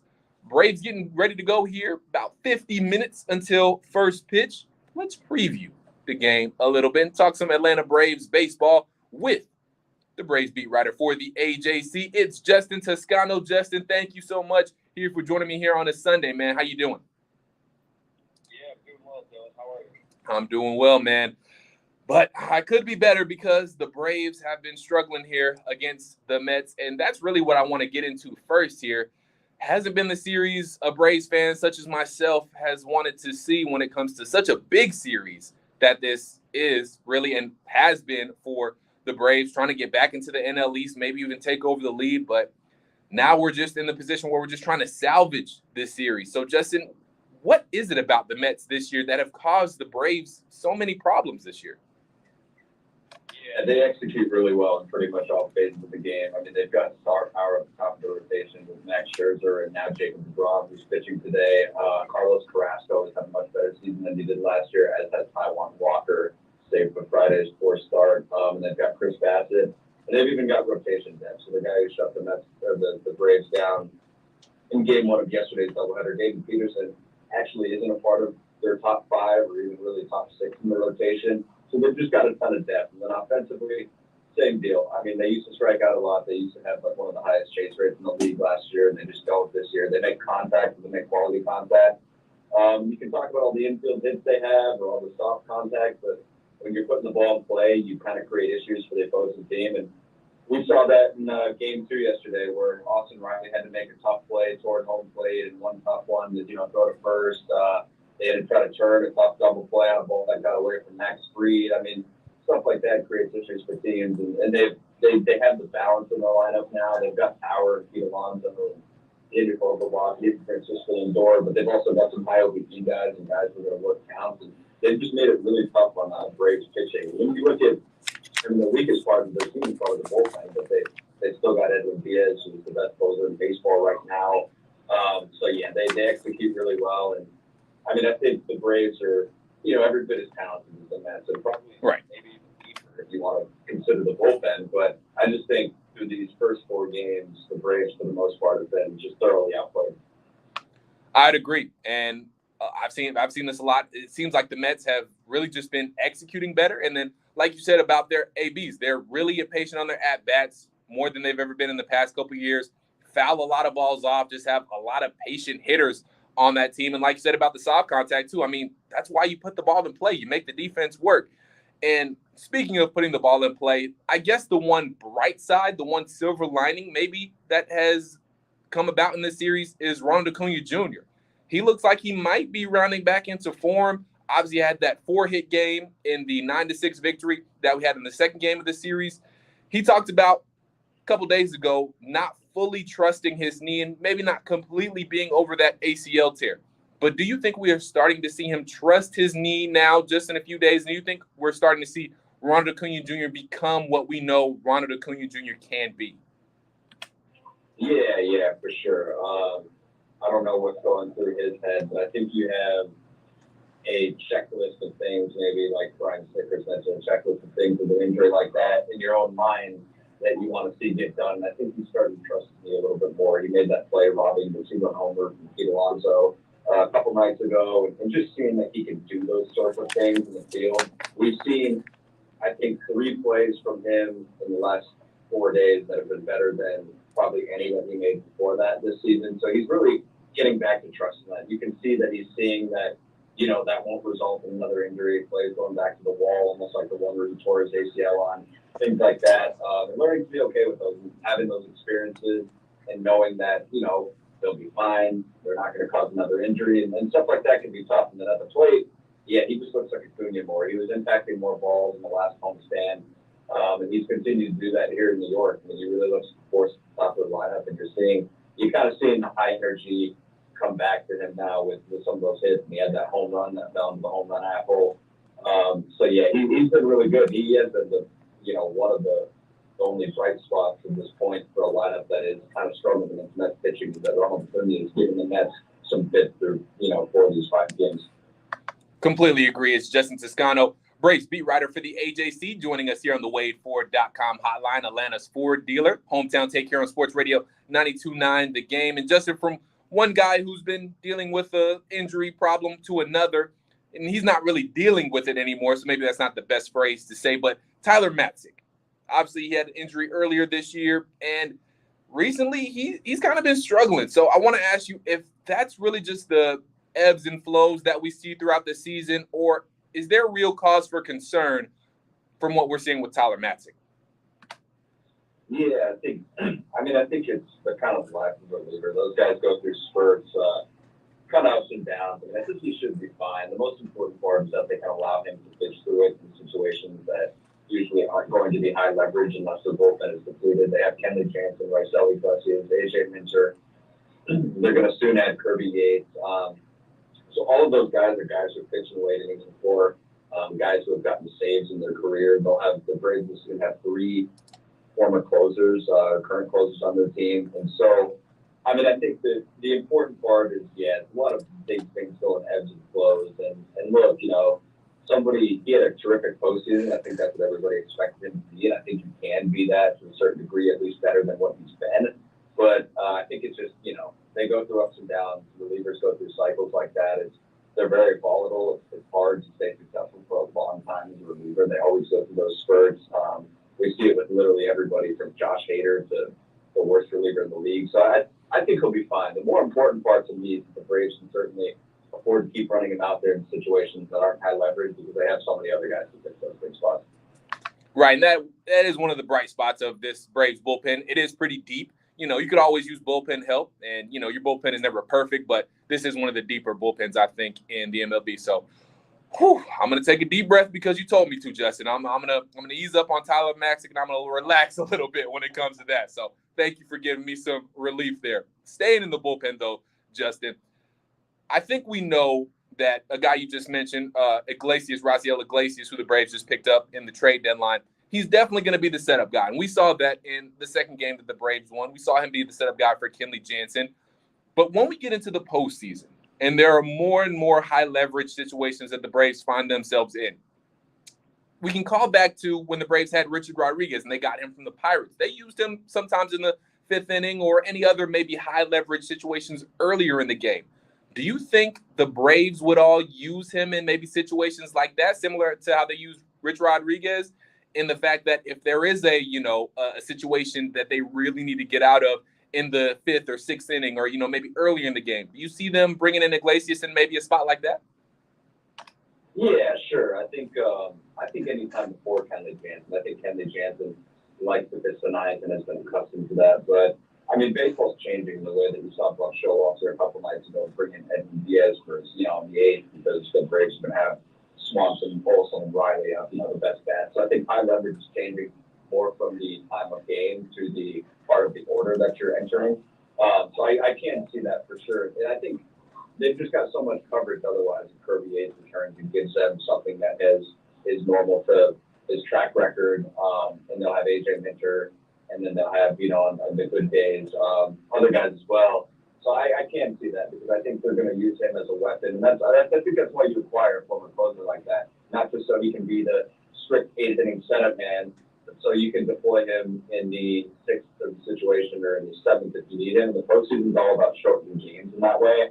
And so I think they can deploy him against, any number of spots, because, other than Henley, maybe, he might have the best stuff in the bullpen now, right? So that is. And so I think they can, he's the guy they can use anytime before the 9th, with any situation, just deploy him anywhere. Yeah, I'm with you. I mean, if there's a situation that you need him, throw him out there. Like you said, Braves, I don't think will be scared to throw him out there at any point in time. It's Justin Toscano, guys. Follow him on Twitter at Justin C. Toscano. He's the Braves beat writer for the AJC, and he's joining us here on Sports Radio 92.9 The Game on the Hometown Take. Justin, going from relief pitchers to starting pitchers. Obviously, we got the news today. Ian Anderson, along with Guillermo Heredia, is going to be optioned down to AAA Gwinnett. And, I think the writing on the wall was starting to come. I think the Braves held it off as long as they could. How long do you think Ian's going to spend? Have you heard anything on that? How long could we expect him to be in Gwinnett for? Yeah, that's always tough to say. I mean, I certainly expect him to be ready for the postseason or, a late stretch run and, or even September. I just think for now, he's got to go down there and figure some things out. He's a guy with an ERA over 5 and a 1.543 whip. And so I just think that, he hadn't produced, and it's a lot easier to figure those things out and achieve some consistency of good results in terms of the box score against AAA teams and not the Mets or, any other contending teams. And so I just think it'll be easy for him to figure some things out. And plus, today worked for them because they needed a fresh arm, because they burned a lot of those length guys throughout the first 4 games of the series. So they called up Bostar who started 2 games for them early in the year, and they optioned him in April. So I think it just made sense, the situation. Ian will still start one of next Saturday's doubleheader games in Miami. So he's still going to be the 27th man for that doubleheader, but he's going to go down in the meantime and travel with the team. And so, I would say he'll be back before season. And I think a guy with his stuff and his pedigree in terms of what he's done in the postseason through 2 years of his career, I just think they need him. He's obviously going to be a big part of what they do, and they see him as a big part of what they do in the future. So I don't think it'll be too long, but I do think that they wanted to see him just figure some things out, throw some more strikes, get his mix on a little more. But it's easier to do that down there. Yeah, I'm with you, Justin. It's Justin Toscano joining us on the WadeFord.com hotline here on Sports Radio 92.9 The Game and the Hometown Take.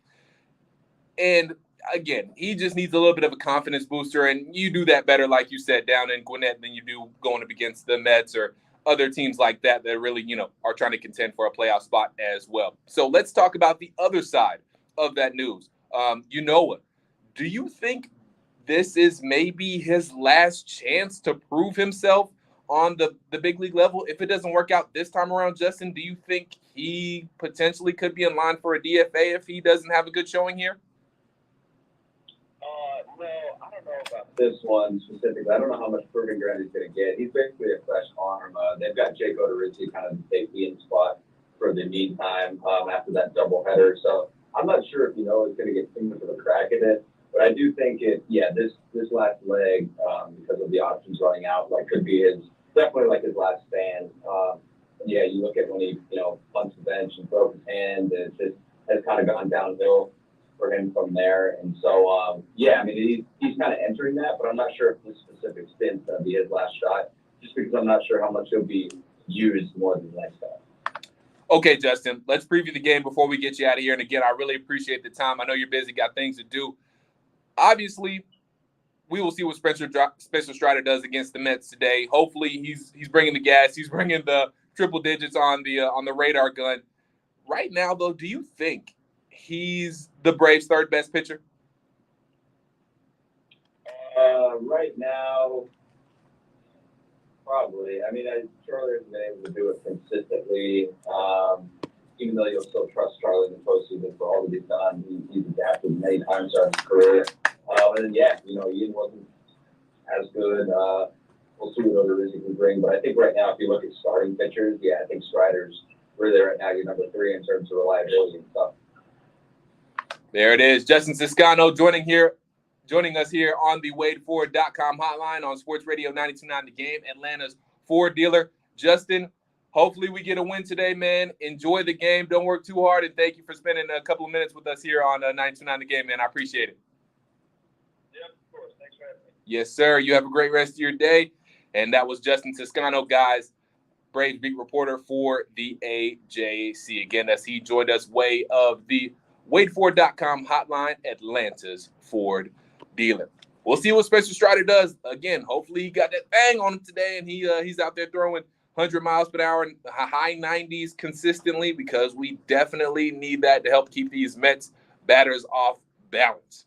All right, next, besides quarterback, what position group should we be watching most Friday when it comes time for the first preseason game, Falcons versus Lions? We all know we're going to have our eyes on Desmond Ridder and Marcus Mariota and how they look their first time out live action in the Falcons uniform. But what other position groups should we be looking for? Dave Archer talked about a little bit earlier. We'll dive more into it, get more in depth to it, really put some teeth in it next. It's the Hometown Take here, rocking with you on a Saturday afternoon on Sports Radio 92.9 The Game and the Odyssey app.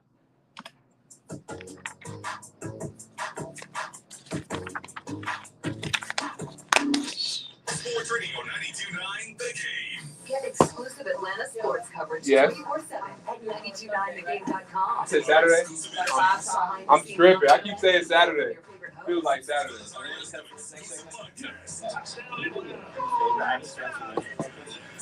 If I'm not back, you can get back to make it earlier. All I need you to do is just fade it. I'll show you which one to fade. I'll show you. Yeah, I'll show you. 92.9 The Game. When you need milk for Zoe and a cold brew for yourself, Kroger Delivery will get you just what you need in as little as 30 minutes. Open the Kroger app and start your cart, whatever the cart. Kroger, fresh for everyone. Delivery times not guaranteed. Restrictions may apply. See site for details. Nami keeps saying it's Saturday. Feels like it's Saturday. I'm sorry, I got to realize what day it is. My bad. Lots more. Sign up at Kroger.com/boost. A bad team facing a good team is never completely out of it. Nick Costos, How was that? You Better You Bet. 3 to 7 p.m. Eastern on the BetQL network. There's 162 games in the season. The best teams are going to lose 60-plus times, and the worst teams are going to win 60-plus times. Each night is its own individual entity. That's what makes betting on the baseball regular season so much fun. All the insight you need to bet smarter is at BetQL.com. And listen to You Better You Bet with Nick Costos and Ken Barkley, streaming weekdays from 3 to 7 p.m. Eastern on Odyssey. Wendy's new Strawberry Frosty is here, so check your watch. Is it Frosty time yet? It probably is. The hour hand would be on, I'm feeling snacky. And the minute hand would be on, relaxing with a rich, creamy Strawberry Frosty on a summer day, just digging into that smooth, chilly deliciousness and vibing. You know, depending on what kind of watch you have. When it's time for Frosty time, choose wisely. Choose Wendy's Frosty and Classic Chocolate or the new Strawberry. Limited time only at participating U.S. Wendy's. Hey, sweetie, what's going on? Well, honey, I have some news. Okay, What's what? going on live, fam? All that training paid off. I got the job. Oh, I knew you would get it. So when do you start? When you donate stuff to Goodwill, you help provide job training for people right here in your community. Goodwill. Donate stuff, create jobs. Find your nearest donation center at goodwill.org. A message from Goodwill and the Ad Council. Hannah complained of a headache. It was a rhabdomyosarcoma. The tumor was very aggressive. And it very quickly became clear that St. Jude was the ultimate place to be. St. Jude is an asset to the world. I think it's the kind of place that could teach the world a couple of lessons about how to treat people. If those lessons could be learned, this world could be a better place. St. Jude Children's Research Hospital. Finding cures, saving children. Learn more at stjude.org. there's always a moment of truth where I say, look, it's either put up or shut up. And it was time to put up. I had crossed that thin line. It was 100+ degrees. We were hot. We were on fire. We were yelling our hearts out. You could feel the intensity rising. Even in our tiredness, even in our weakness, even in our pain, we continue to push. I told myself, you can suck up the pain for another mile and a half, and you will be a Marine. Not many people believe that I can do it. I don't know where I got the energy from. I don't know where the pain went to. But all I know is that I had what it took. I am a United States Marine. PFC Darrell Willis serves his country as a Marine. Will you? Visit Marines.com or call 1-800-MARINES. The few, the proud, the Marines. This is the Hometown Take. A look at all the top local sports stories. On Sports Radio 92.9. Just fade it down. Sports Radio 92.9 The Game. Dylan Mathews here with you on a Sunday. I've realized I kept saying it was Saturday. Today is not Saturday. Today is Sunday. So excuse me for not knowing what day it is. All the days honestly run together at this point. But thank you for joining me here on a Sunday afternoon here, taking you all the way up until 5 o'clock. Then we will have from the Diamond, Grant McCauley, Corey McCartney, talking all things Atlanta Braves. And they'll keep you updated on the Braves as they will get going and be going, really. We'll update you here as far as the Braves go. 4:10 start, 4:10 first pitch. So we'll keep you updated as best we can. We'll then hand things off to From the Diamond, and Grant McCauley and Corey McCartney will keep you updated and talk about all things Atlanta Braves and Major League Baseball. Do want to remind you that you can hear every single Atlanta Falcons game along with all the music and news that Atlanta needs right here on the Odyssey app. And with that, let's talk a little Atlanta Falcons, shall we? So we do have the first preseason game this Friday. If y'all can believe it, y'all, Friday. The first Atlanta Falcons preseason game. Football is back and ready to get going, especially for the Atlanta Falcons when it comes to Friday. They're taking on the Detroit Lions. And besides quarterback, because I think at this point we all know everybody's going to be watching out for Desmond Ridder, what he does in his debut, his NFL debut. We're all going to be watching out for Marcus Mariota and how he looks his first time in live action in an Atlanta Falcons uniform. What other position groups should we be watching most on Friday, though, against the Lions, besides quarterback? I think undoubtedly it's the offensive line. We got to see, first and foremost, who's starting on this offensive line. Who is going to get the nod? What 5 players are going to get the starting nod on the offensive line? I think easily it's Jake Mathews and Chris Lindstrom. I think those two will be starting at their respective positions. Left tackle for Jake, right guard for Chris Lindstrom. But other than that, who's it going to be? I think it's safe to say, it's pretty safe to say that Elijah Wilkinson will get the start at left guard. He's been getting all the first-team reps besides day one where Jalen Mayfield got the first-team reps. Besides that, Elijah Wilkinson has been getting the first-team reps and running with the ones during practice and during training camp. So I think it's safe to say it'll be Jake Mathews, Elijah Wilkinson. Now, when it comes to center, I couldn't tell you. We're all going to have to find out on Friday and wait and see till then. Because it seems like Drew Dahlman and Matt Hennessy have been going back and forth, just alternating when it comes to who's running with the ones, who's running with the twos at practice. Some days it's Drew Dahlman. Some days it's Matt Hennessy. Some days Dahlman, some days Matt Hennessy. So we'll wait and see who gets the starting nod at center. At right guard, again, that's Chris Lindstrom. That's no doubt. And at right tackle, I think it's also safe to say it's probably going to be Caleb McGarry. He is in a competition with Jermaine Ifedi, but it seems like Caleb McGarry has been winning that competition thus far. Has not had his spot taken, kind of like Jalen Mayfield has, but he's been running with the ones at practice, and he's been the starting right tackle thus far. So I think it's safe to bet. Now, I don't know. I think it's safe to bet it's going to be Jake Mathews, Elijah Wilkinson.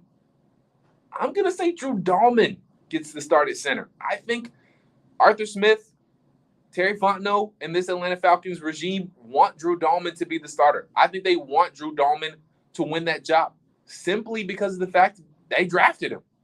They want their draft pick to work out. They don't really have any ties to Matt Hennessy. Now, I'm not saying they wish ill will on Matt Hennessy. They're not wishing he gets injured or anything. I'm not saying they don't want him to be a good player. But I think if they had the choice, which they do, I think they want Drew Dahlman to be the best player. And I think they want him to set himself apart as the starter at center. And I think, honestly, Drew Dahlman, in my opinion, Drew Dahlman and Matt Hennessy are the same dude. That's why they've been alternating reps. They can't pull away from each other because they're the same dude, both kind of undersized centers.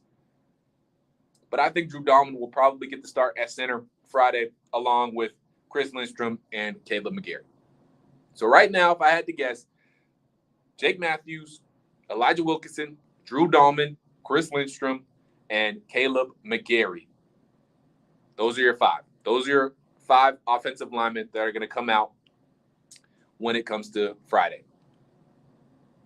So that's going to be interesting to watch, how those guys play, how those guys mesh, how long those guys stay in, how they look as a unit and individually.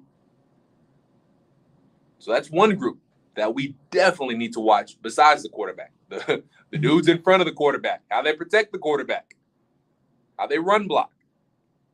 The offensive line, definitely a group we have to watch. Another group that will be very interesting to watch, the linebackers. I think we know and have a pretty good idea of who the outside linebackers are going to be. I think it's easily said that Lorenzo Carter and Arnold Ebiketie are your two outside linebackers.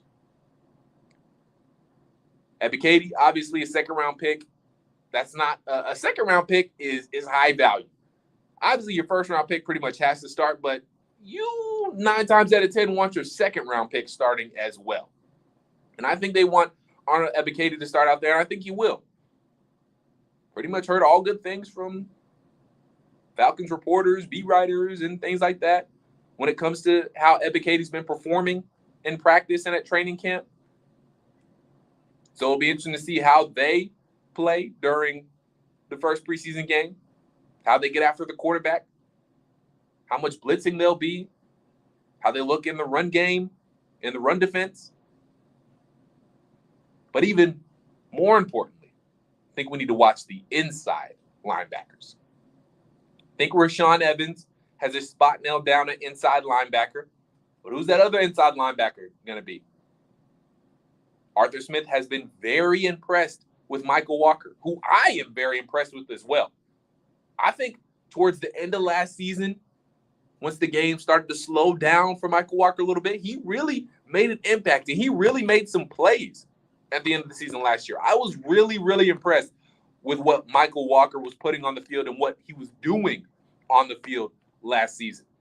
So I think he's going to get that other inside linebacker spot as well. I know Nick Kwiatkowski is kind of in that mix too. Obviously, you have to talk about Trey Anderson. I think he'll start more on special teams. I think he'll make an impact on special teams to start out.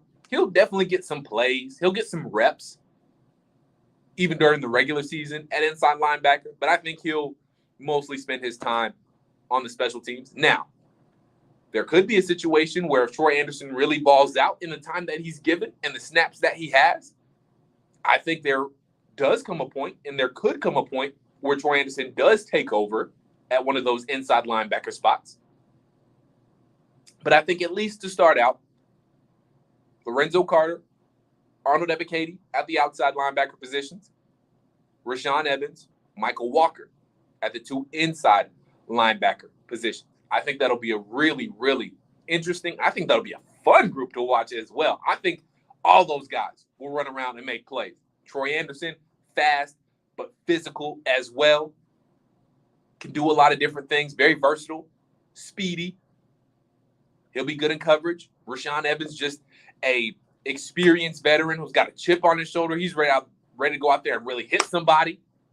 take advantage of this opportunity. He's excited to be back with Dean Pease. I think he'll fly around a lot. So I think he'll just be a good veteran presence. He'll probably end up wearing the mic. He'll be the mic linebacker. He'll have the green dot on his helmet. So I think Rashaan Evans will be fun to watch out there. And then, again, like I talked about earlier, Lorenzo Carter playing for some money. I mean, Rashaan Evans is too.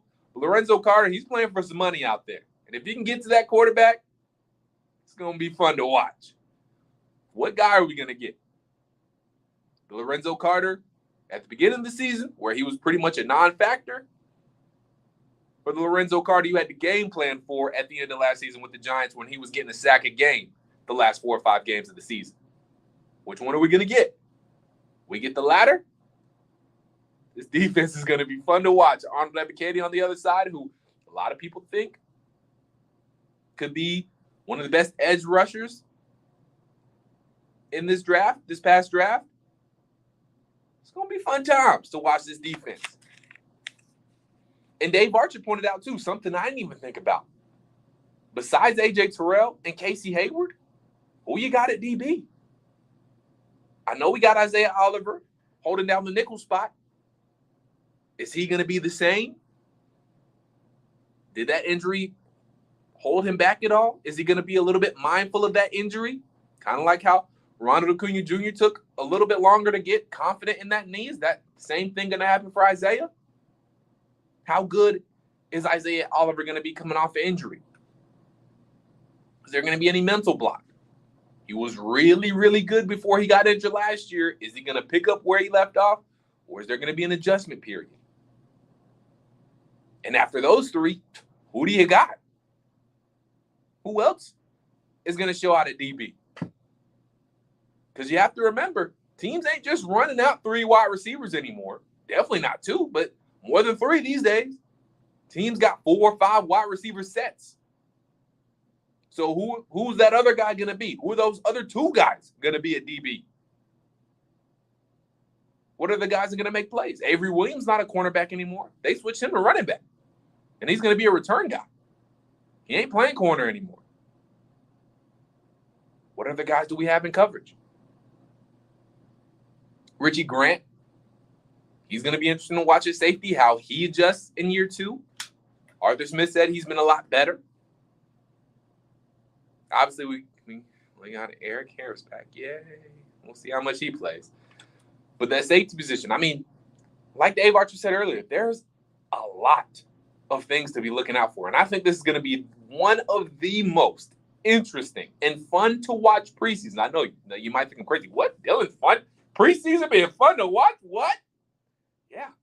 I think this preseason is actually going to be very interesting to watch when it comes to all the position battles, who's going to stand out at what position. Because think about it. We have a lot of guys on 1-year deals. We have a lot of young guys who are trying to prove themselves. What draft picks are going to work out? What 1-year deals are going to work out?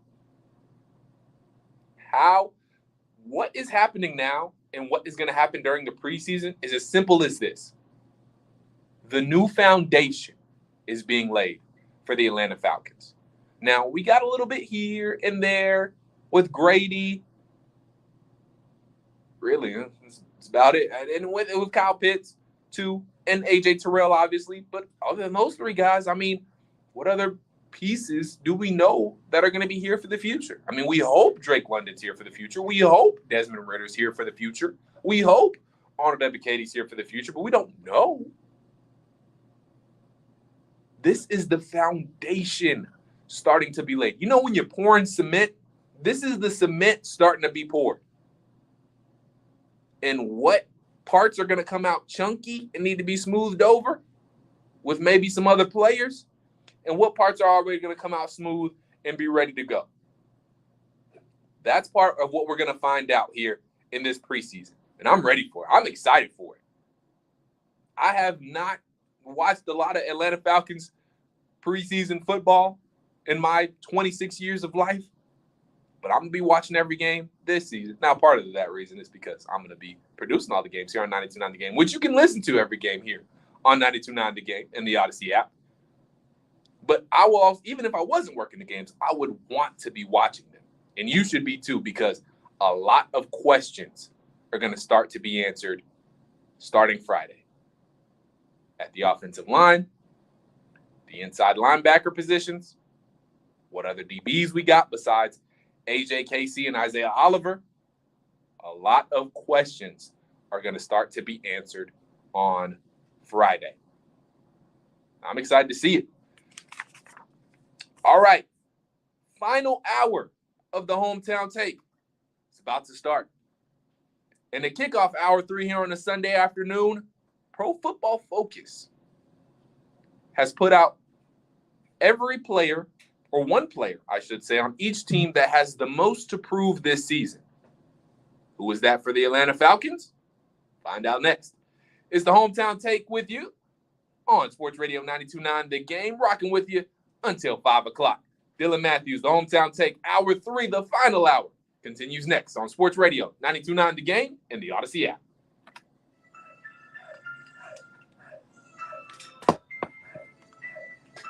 Yeah. Right. He's taking over the high school football landscape in Georgia. You leave your mark on this program, seniors. Every Friday night at 7 p.m., join Sam Crenshaw and former high school football head coach Chris Parker as they bring you the 92.9 The Game High School Scoreboard Show. They'll break down all the happenings going on in the world of high school football in Georgia. Get live up to the second scores on all the games, as well as live on-site updates from the week's biggest matchups. High school football I think you know that. like never before. The High School Football Scoreboard Show is back for another year, exclusively here. The pasta, thighs, chicken wings. Guys, Prime members, save on crowd favorite shrimp for your cookout at Whole Foods Market. Thighs, Get raw, pasta. cooked or breaded shrimp for 25% off through August 7th while supplies last. Shop in store or online at Amazon.com/Whole Foods. Terms apply. People have asked me, does Reliable do plumbing and water heater services? Yes, they do. Get a new water heater for only $19.99 a month, no credit check, and unbeatable lifetime warranty. It's Carlton's, or you can go tankless. I'm tankless. For only $49.99 a month and enjoy endless hot water. The hot water heater installation comes with 100% satisfaction guarantee. Plus, they back all of their work for 1 year after service. Go to reliableair.com now. At LensCrafters, we value expertly tailored eye care, provide state-of-the-art eye exams, offer a wide assortment of designer brands and high-quality lenses. Because everything we do at LensCrafters is for every sight that makes your life special. We offer 50% off lenses with frame purchase. Shop in-store and online. Book your annual eye exam now on LensCrafters.com. LensCrafters, because sight. Eye exams available at the independent doctor LensCrafters. Doctors in some states are employed by LensCrafters. Offer valid to September 5th. See associate for details. Immediate raspberry, golden orange, Kelly Cruel. blue. You'll find all the colors of summer in our She's been on natural sapphires. she's been on either with Andy and Randy or Dukes and Bill before. I can't remember. I remember Gemstone though. experts in our passion shows. Tom Shane selects our sapphires and rubies individually, by hand, in Bangkok, Right. the gemstone capital of the world. He brings back the most spectacular sapphires, bold and vibrant colors, as well as soft pastels like peach and lavender. We also have yellow citrine, green quartz, London blue topaz, a rainbow of colors, and one-of-a-kind That's what they stones hear all the sourced time. from They're Thailand. watching them. At Shane Company, we're known for our beautiful gemstones. Come into the store and try on our jewelry, or use our fun virtual try-on tool on your phone. Whether it's sparkling earrings for the poolside, a gemstone pendant for a concert in the park, or a vibrant center stone for your engagement ring, our colorful gemstones will brighten your day. Now you have a friend in the jewelry business. Shane Company and Shaneco.com. It's that time of I'm year, talking about fantasy football. Pro Football Focus put out I can't wait. What are you one doing? player Are with you the playing or the any player other with the most to fantasy prove on each leagues? team this season. So I saw that article. I didn't even click on it because I already know who's going to be fun. I already know who. Well, I was wondering who they were gonna say for us, but I'm not surprised what they said. Deion Jones. But he ain't gonna. I haven't even clicked it, but I know it's going to be Jalen. Yeah, Jalen. Rager or Kurt. And set it Probably Jalen and Hurts. forget it. That's what Underdog Fantasy is all about. Get the highest possible. Yeah, I'm gonna talk about in your lineup this next. each week. Deion And Jones the probably not gonna highest have score of the year Win. He's not going to be able to prove it here. Sign up today with the Probably trade him. Yes, and get your first deposit double up. He doesn't fit this scheme. Visit UnderdogFantasy.com. Which is why he hasn't been traded yet. We might not be able to trade him either. They're not going to cut him. Go there now. Underdog Fantasy is the We'll talk about all that. to play fantasy football. Realtors abide by a code of ethics. This is Article 9 in action. Beth, a first-time homebuyer, knew nothing about the home buying process, except that she wanted to buy a home. But her realtor had the expertise to make sure Beth understood every document, even giving her copies to review with her lawyer so Beth could. But you know, that's actually a more natural pitch emotion than Natural, but still in simple terms. for sure. Difference between an agent It's more natural, but sounds way more work. Not just Realtors doing are the members of trial. the National Association of Realtors. Yeah, That's he who might we come are. here.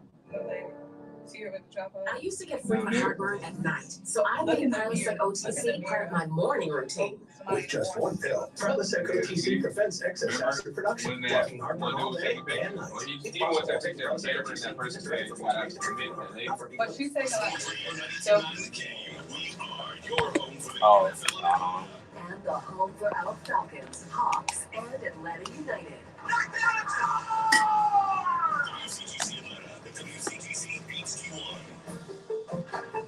Always live and free on the Odyssey app. Atlanta Sports Radio, 92.9. This is the Hometown Take A look at the top local sports stories. on Sports Radio 92.9 The Game.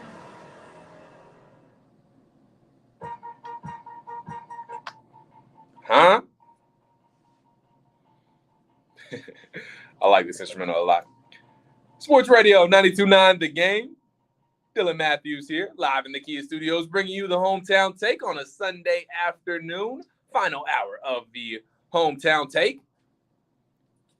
And to start things off, we're going to talk a little Atlanta Falcons. We're going to keep the Falcons discussion going because first preseason game is Friday, y'all, less than a week away. How y'all feeling? Are y'all ready? And also, too, make sure if you want to talk about the Falcons, you want to ask me a question about the Falcons, the Hawks, Atlanta United, the Braves, who are getting ready to play here in about 9 minutes, make sure you put in your hashtag Grillin' Dylan questions. You can tweet me or you can call me, 404-741-0929, and ask me about anything. We'll do that here in about 40 minutes on Grillin' Dylan to close out this edition of the Hometown Take on Sports Radio 92.9 The Game. Before we talk some Falcons, and before I tell you what player on the Falcons has the most to prove this year, let's talk about a little podcast because it may be the dog days of summer, but this is when the baseball standings will separate the contenders from the pretenders. So check out Odyssey's Big Time Baseball podcast with Cody Decker, Tony Gwynn Jr., and MLB insider John Heyman. They will cover all things MLB. So if you're looking for an inside scoop on what's happening in baseball from the field to the clubhouse and front office, then this is the podcast for you. New episodes of Big Time Baseball happen every Monday on Odyssey or wherever you get your podcast. Moving from the diamond to the football field. Pro Football Focus put out a player on each team that has the most to prove. Who do y'all think it was for the Atlanta Falcons? Dom, I'm going to give you a quick guess here. The player with the most to prove this season on the Atlanta Falcons. Who do you think it is?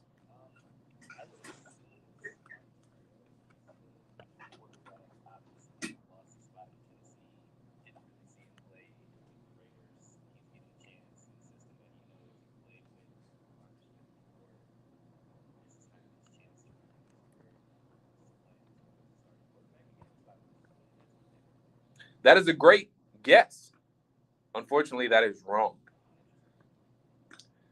Pro Football Focus says the player with the most to prove this season on the Atlanta Falcons is Deion Jones. I get it. I understand it. But I will say I'm a little surprised they said it's him because if we're keeping it a buck, if we're keeping it real, I don't know if Deion Jones going to have the opportunity to prove anything this season on the Atlanta Falcons. Yeah. Pro Football Focus might have to amend this article or amend this piece because I don't know how long Deion Jones is going to be on the Atlanta Falcons. I don't know if he's going to be able to prove anything on the Atlanta Falcons. But Pro Football Focus did say this. Jones had a rough 2021 campaign in the Dean Pease defense, earning just a 34.6 grade. The Falcons reportedly couldn't find a trade partner for him, and a release would save Atlanta only $1 million in cap space. Jones would be much easier to move on from next offseason, so he must convince the Falcons to want him around in the 2023 season.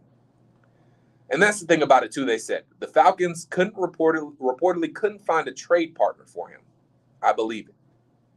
I'm not sure who would want Deion Jones right now, maybe besides the Dallas Cowboys, Dan Quinn, and their defense. Because he done scooped up all his former players. DeMonte KZ is there. Keanu Neal is there. So I could see the Cowboys bringing in Debo, but besides that, don't really know who else they would want. And to be honest, the Cowboys haven't brought him in because their linebacker room is already kind of taken. It's already pretty much taken up. They got Leighton Vander Esch. They have Micah Parsons, I'm pretty sure, playing linebacker. I don't think he's a down lineman. I'm pretty sure they've got him at linebacker, stand-up linebacker. Their linebacker room is already kind of filled up. So that's why the Cowboys, I don't think, have gone after him. Maybe they still will as a depth piece. Maybe they'll bring him in on like a first and second down or maybe a third down, more passing situations so he could do more covering because, again, Deion Jones showed last season he is pretty, for lack of a better word, atrocious in run defense. He's getting blown up by bigger offensive linemen. He cannot get off blocks. And that's part of the reason the Falcons want to move on from him. Dean Pease wants big, physical linebackers, guys who can shed off blocks and make tackles. Dean Pease has the speed. He can still cover with the best of them, but that's pretty much it.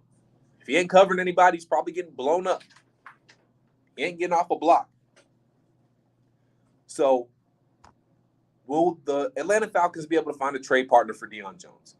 That's the main question. If they can do that, he's not going to be on this team. If they can't, like they said here in Pro Football Focus, not going to cut him. Just for $1 million on the cap, they ain't going to cut him. He's good enough to where he can still be a depth piece. Or they might just keep him on the PUP list, the physically unable to perform list. But I can't see them cutting him. I don't know how much he's going to play either. But Deion Jones does have a lot to prove. I just don't think he gets to prove it with the Falcons. And even if he's on the Falcons again, don't know how much he's going to play. They might bring him in situationally.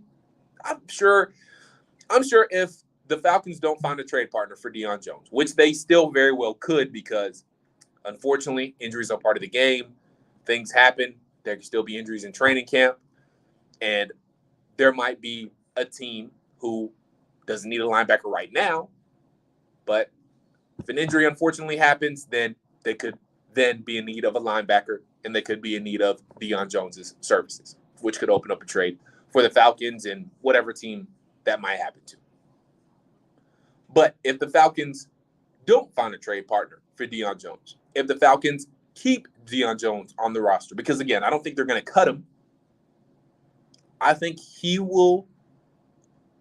Arthur Smith and Dean Pease will find situations, I think, to bring Deion Jones in. Think obvious passing situations. They'll use him as maybe another cover guy, maybe to cover a running back or a tight end. I think there's ways they can incorporate Deion Jones to still help a little bit on this team and be useful. So Deion Jones does have a lot to prove. I just don't know if he'll be able to prove it with the Atlanta Falcons this year. We'll see. If you want to weigh in, 404-741-0929, what player do you think has the most approved on the Atlanta Falcons this year? Don brought up another great point. Marcus Mariota, second chance for him. Second overall pick back a few drafts ago. Didn't work out with the team that drafted him. Can he do it with the Atlanta Falcons? Other guys have a lot to prove. Lorenzo Carter, former first-round pick. Rashaan Evans, another former first-round pick. There are plenty of guys on this on this roster that have stuff to prove. And again, that's why this team is going to be so fun to watch. Because there are guys with chip on their shoulders. Because there are guys that know they have something to prove. And to be honest with y'all, and to be straight up with y'all, there are guys who are fighting for checks this season. There are guys who want to make some moolah, some cash. They're trying to provide for their families this season. And that'll help them. That chip on their shoulder, at least for this year, will help them play. Play with a guy like with their head on fire. So 404-741-0929, who do you think has the most to prove on the Atlanta Falcons this year? We got Vincent in Riverdale. Vincent, what's going on, man? Who do you think has the most to prove on the Falcons this year? I know you said a player, man, but it's so hard to not say that defensive line, man. That's true. Been a real joke for trying to get to the quarterback. I probably can throw 300 yards on him. I really feel like the defensive line in general have a lot to prove, especially when you have a coach, a defensive coach like Dean Pease that's actually putting it all on the line and letting the expectation know what he's trying to do. You don't want to make a guy like that look bad. So I definitely want to go with the defensive line. Sorry I didn't say a player. I really can't figure out one. No, it's all good. I appreciate the phone call, Vincent. No, that's an okay answer. I'll accept the defensive line answer because, Vincent, you're not wrong. You're not wrong at all. The defensive line does have a lot to prove. And honestly, you could pick out every player on the defensive line besides probably Grady that has something to prove. Marlon Davidson got a lot to prove. You were a second-round pick, my guy. Can you stay healthy? Yes, you got a pick 6 against Tom Brady, but that's really been your only highlight, bro. And we expected so much more from you in Auburn. And I get you haven't been able to be on the field to really do anything about it. But again, the greatest ability is availability. And you haven't been available. So Marlon Davidson, show me something. Again, Lorenzo Carter isn't necessarily a defensive lineman, but he's going to be rushing the quarterback. Lorenzo Carter, show me something.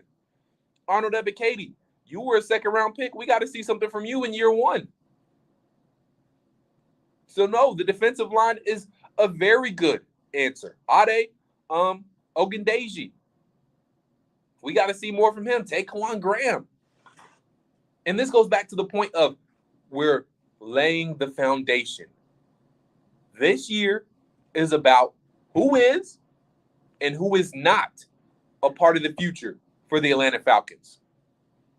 Because there are a lot of guys who we need to figure that out about. Taquan Graham, are you or are you not a part of the future? Ade Ogundeji, are you or are you not a part of the future? Marlon Davidson, we really want you to be a part of the future, but are you? Can you stay healthy? What can you do for us? Are you or are you not a part of the future? Lorenzo Carter, you got potential. You've shown flashes, but we need to see some consistency. Are you or are you not a part of the future? There are a lot of guys like that. There are a lot of guys who have a lot to prove. It ain't just Deion Jones. Pro Football Focus just says he's the one with the most to prove, which is true in a sense. Again, I just don't think he'll have the opportunity to prove it with the Atlanta Falcons, but he does have a lot to prove too. Can you actually be an every down linebacker? Can you not get blown up by offensive linemen who are pulling and trying to block you? Can you shed blocks and make plays in the run game? Or are you just a one-trick pony, Deion Jones? Which is it? The more I think about that Deion Jones selection, it kind of makes sense. It does, yeah. Like, you think about everything they brought in. They clearly brought in guys to replace you. Oh, for sure. They drafted guys like Angelo Malone. Like, it's probably him because not only do you have a lot to prove, you don't have a lot of time to prove it. Like Marcus Mariota, at the very least, is probably going to get at least 10 weeks. Oh, yeah. Right before, if he stinks it up, by week 10, it'll be like, all right, well, let's go ahead and throw in the kid, Desmond Ridder. Deion Jones, like, you have to come out and make an impact immediately. So the more I think about it, I'll give PFF a little bit of love there. That's actually some good thinking on their part. No, you're absolutely right, Dom. Deion Jones, you got a short leash, bro. You got a very short leash because you might not have a leash at all. You might not even get a chance for one. And if you do get a chance to prove anything with the Atlanta Falcons, that leash is short, shorter than short. I couldn't even tell you how long it is. It is short. It's hard. It's going to be hard to see because when you get in there, you're going to have to make an impact. All your plays are going to have to be impactful. And if you're not impactful on those few plays that you might get if you're on this team, come the start of the regular season, come September 11th, the plays you do get, you're going to have to make something happen because we do have guys to replace you. We do not have to play you. The Atlanta Falcons do not have to play you. The Falcons have Rashaan Evans. The Falcons have Trey Anderson. The Falcons have Nick Kwiatkowski. The Falcons have other options at inside linebacker. And like Dom said, there are other options. We don't need Deion Jones. So with Deion Jones, if you do get in there, if you do have a chance to prove yourself with the Atlanta Falcons, you have to make every play count. You don't have a longer leash like Marcus Mariota, maybe even Rashaan Evans, Lorenzo Carter, or guys like that. You have to be impactful every single play. We're going to move over from the field to the hardwood next. The state of the Atlanta Hawks. We'll also update you on the Atlanta Braves as they're going to get going here in about 15 minutes. So we'll keep you updated as best as we can. But with the Hawks, we all saw what they did. John Collins, Trae Young, DeJounte Murray, that is. We all saw what they did at the crossover, Jamal Crawford's Pro-Am League. We all saw the major highlight, and it's great. And I can't wait to see him in the NBA game. If they can pull a highlight off like that in a major, in an NBA game, I'll go crazy. But from what we saw in crossover, we can't necessarily expect that in the NBA. I'll tell you why here on the other side. It's the Hometown Take on Sports Radio 92.9 The Game, taking you all the way up to 5 p.m. Make sure you keep it locked right here on Sports Radio 92.9 The Game and the Odyssey app.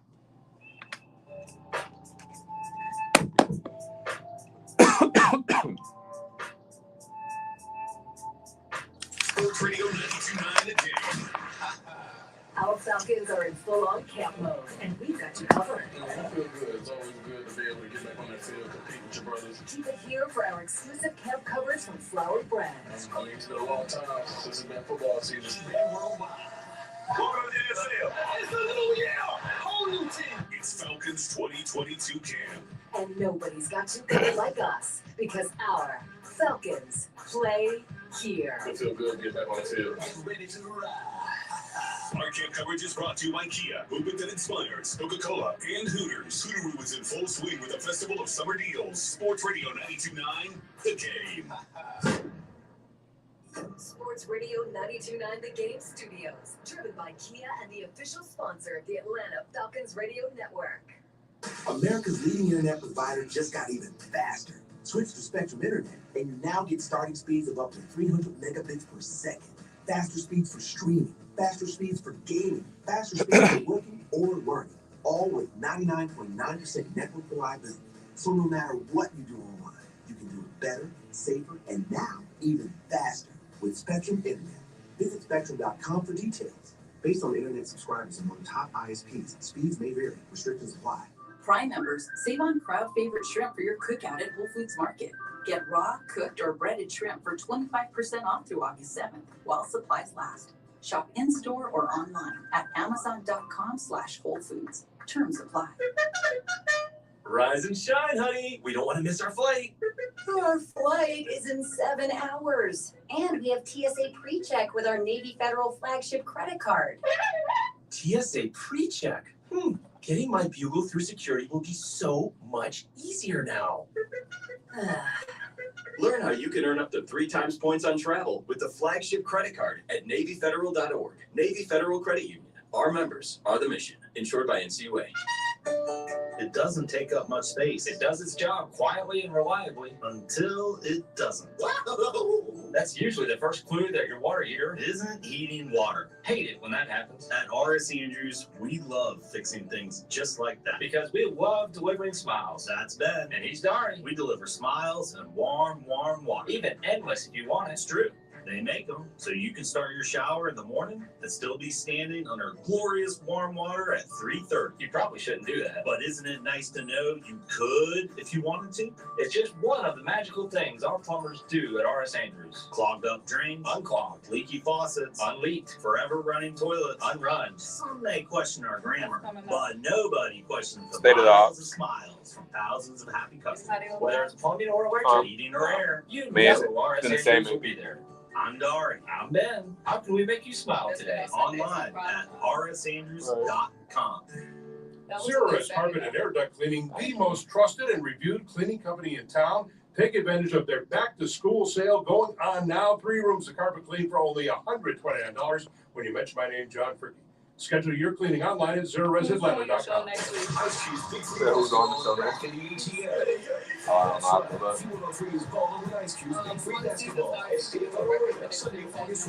Oh, yeah. For sure. I'm bringing the big 3 that's professional 3-on-3 basketball to the ATL. No, I'm saying it's real. What I said? August 21st is State Farm Arena. Get your tickets now at Ticketmaster.com for more details. Go to 103.com. In the wee hours of the night, when everyone else is fast asleep, you're the one on third shift, burning the midnight oil. When a part fails and everything comes to a grinding halt, regardless of what the clock on the wall says, you leap into action.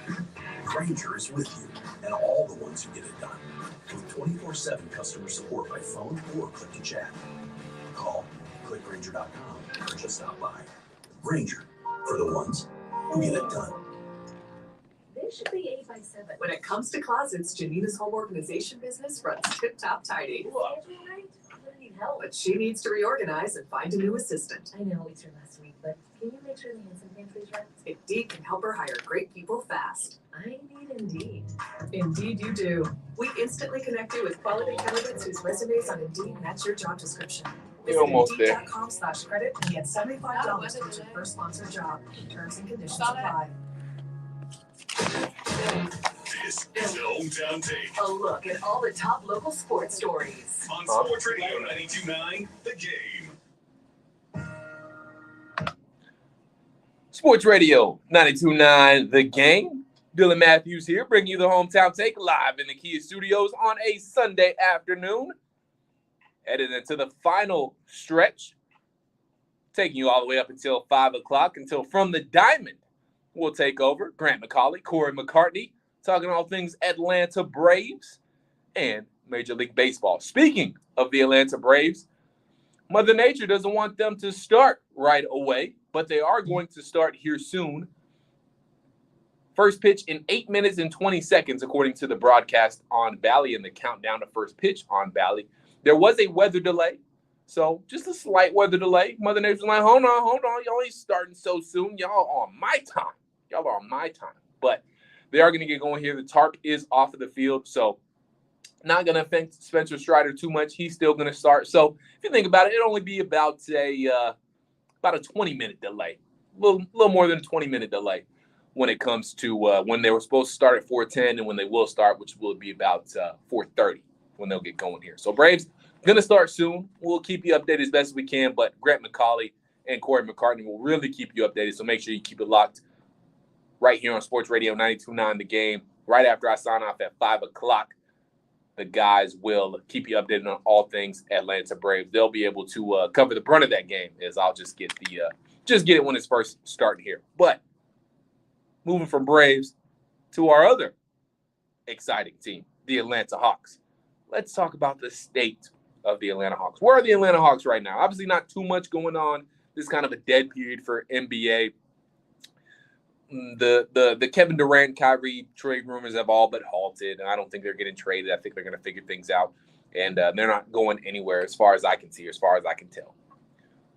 But something exciting did happen for the Atlanta Hawks last weekend. If you haven't seen the highlight, my goodness. Trae Young, DeJounte Murray, John Collins put on a show at the Crossover Pro-Am League, Jamal Crawford's Pro-Am League. They went crazy. I mean, Trae Young was doing Trae Young, pulling up, hitting logo threes just inside of half court. John Collins was dunking, catching lobs. DeJounte Murray was taking people off of the dribble, snatching ankles, hitting pull-up jumpers. He was jamming home too. So they put on a show. And obviously the big highlight, Trae Young nutmegs a dude. Goes between his legs, passes it between his legs, runs past him, gets the ball, lobs it up to DeJounte Murray.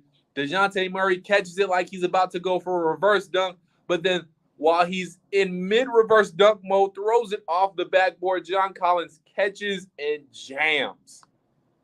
And obviously, everybody in there went crazy. The highlight is all over the place. Just all you got to type in is crossover or Trae Young, DeJounte Murray, John Collins, and it'll come right up, and you'll see it if you haven't seen it already. It was amazing. And while what we saw, not just that highlight, because, I mean, that highlight is a little crazy. I mean, you can only pull that, what they did off in certain settings.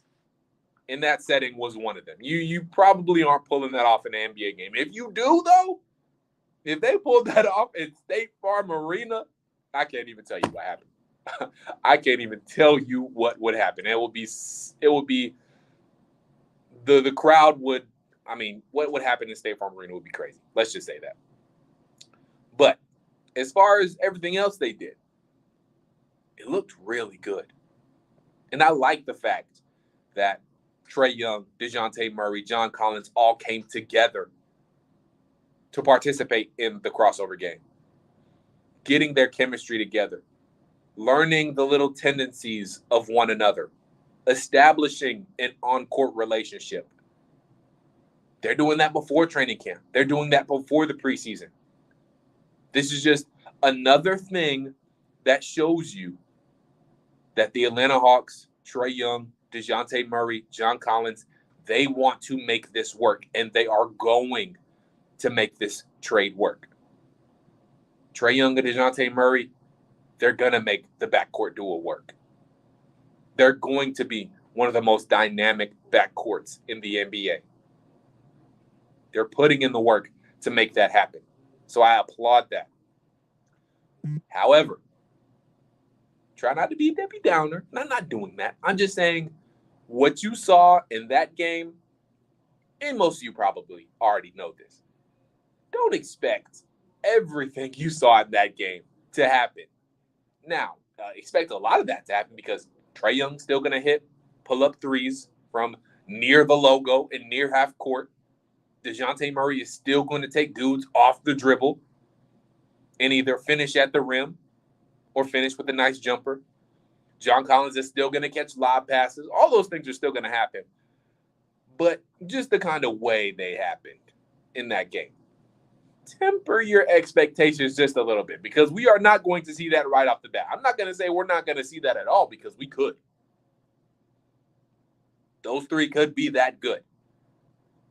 But again, we have to remember we won't see that as quick because that wasn't an NBA game. They weren't going up against many NBA dudes in there. As a matter of fact, those might have been the only three NBA guys in that game. So just temper your expectations just a little bit. If you saw all the highlights, you're like, oh my gosh, I can't wait for this. The Hawks are going to win the East. They're going to do this. They're going to do that. Everybody's going to be awesome. Just tap the brakes. Tap the brakes. They're going to be good. They're going to be fun to watch. They're going to be a really, really good basketball team. But you got to remember, they weren't going up against any NBA guys. They weren't going up against any top NBA defenders in that game. I do think, though, we should be more excited, and I don't think this got talked about quite enough. We should be very excited about what we saw from DeAndre Hunter in the AEPL. And I think that highlight happened that same day. DeAndre Hunter caught a body. DeAndre Hunter dunked on somebody so hard, and I loved to see it. He took somebody off the dribble, went straight to the rack, made one move, straight to the rack, finished with authority. And that's what I want to see from DeAndre Hunter this year, because we all know Trae Young and DeJounte Murray are going to be good. But if DeAndre Hunter takes that next step, then it is really going to be scary hours for the Atlanta Hawks. It's going to be scary for the other team. It's going to be great to watch for Atlanta Hawks fans. But if DeAndre Hunter can take that next step and really become a consistent offensive threat for the Atlanta Hawks, then the Atlanta Hawks are really, really cooking with gas. Because right now, I think it's kind of a toss-up between who's going to be the third option between John Collins and DeAndre Hunter. We all think John Collins never really was a 2. We all wanted him and hoped he could be the second best player on the championship team, but I think we all know now that he can't be, and he probably won't be. Not to say that he won't get better, but I don't think he can be your second best player and win the championship. I just think that is what it is. And there's nothing wrong with that, because John Collins is still a very good player. Do not get me wrong. I am not saying John Collins is not a very good player. He is a very, very good player. I just don't think he can be your second best player on the championship team. That's all. He can be your third best, though. And another guy who can also be your third best is DeAndre Hunter. And again, wasn't going up against NBA guys. I understand all that. But just the confidence that he had of making a quick dribble move, going to the basket, and dunking on somebody, I love to see that. And I've seen in his other workout videos, he's been working on his handles, working on his shooting. DeAndre Hunter's been working to become an offensive threat, because I think that's the last piece of his game. He's a solid spot-up shooter. We saw that this year already. The Braves are underway, by the way. And Dansby Swanson is actually leading off. So there must have been a late change to the lineup. I'll look at that and give you an update on that. But there was a late change to the lineup. Dansby Swanson leading off. So I wonder if Ronald Acuna Jr. got scratched because of the late start. Matt Olson is batting second. More on that here in just a second. But back to DeAndre Hunter. If he adds that last consistent offensive game to his weapon, or to his game, if he adds that last offensive weapon of being able to take somebody off the dribble, pulling up for a mid-range jumper off the dribble, taking somebody to the basket and dunking on somebody.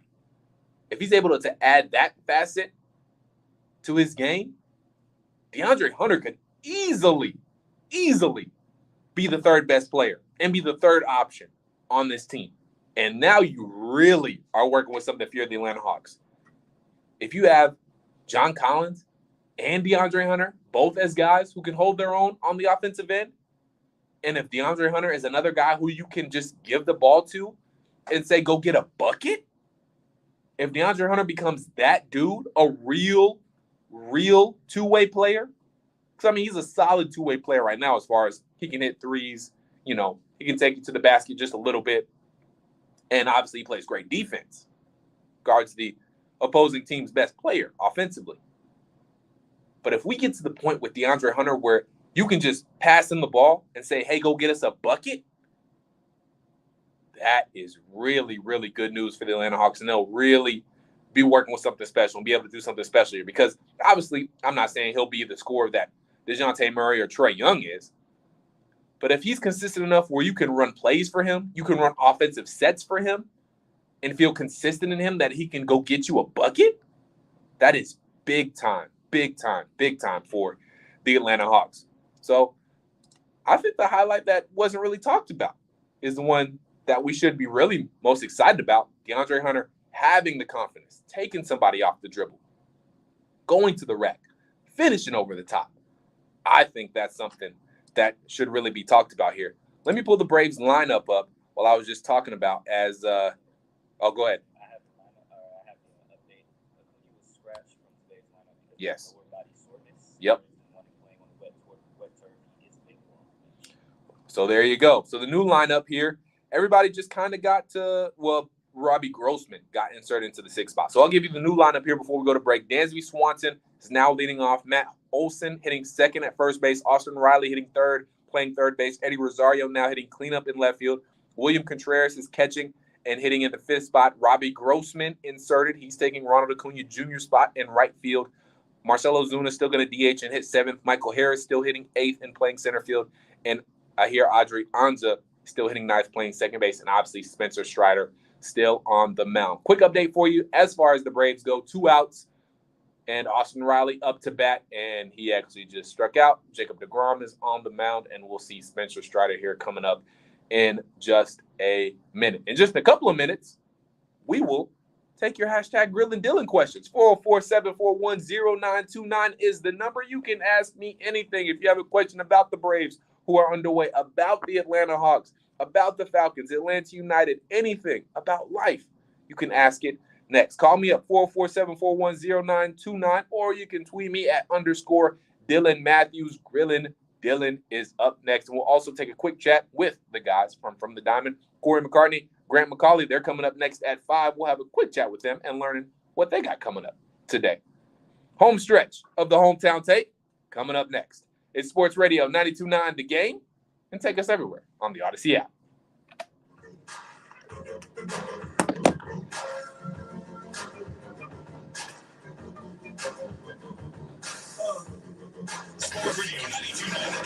Did you know you can listen to the game on any smart-enabled device you own? Just ask your smart device to play 92.9 The Game. Wow, look at that. It's freaking awesome. Powered by Dell Technologies. Call 877-ASK-DELL. Listening to the game just got a lot easier. Accessibility, there you go, accessibility. Try it now. Just ask your smart device to play 92.9 The Game. From Sports Radio 92.9 The Game. John Fricky telling you this is cool. Want to save up to $1,000 a month? Sure you do. Here's how. Spend less on interest, pay off your debt faster with help from your own mortgage. Only takes 10 minutes. When you call American Financing, you can save up to $1,000 a month, and you might be able to skip 2 payments. How about that? I trust American Financing. 678-515-1099. 678-515-1099.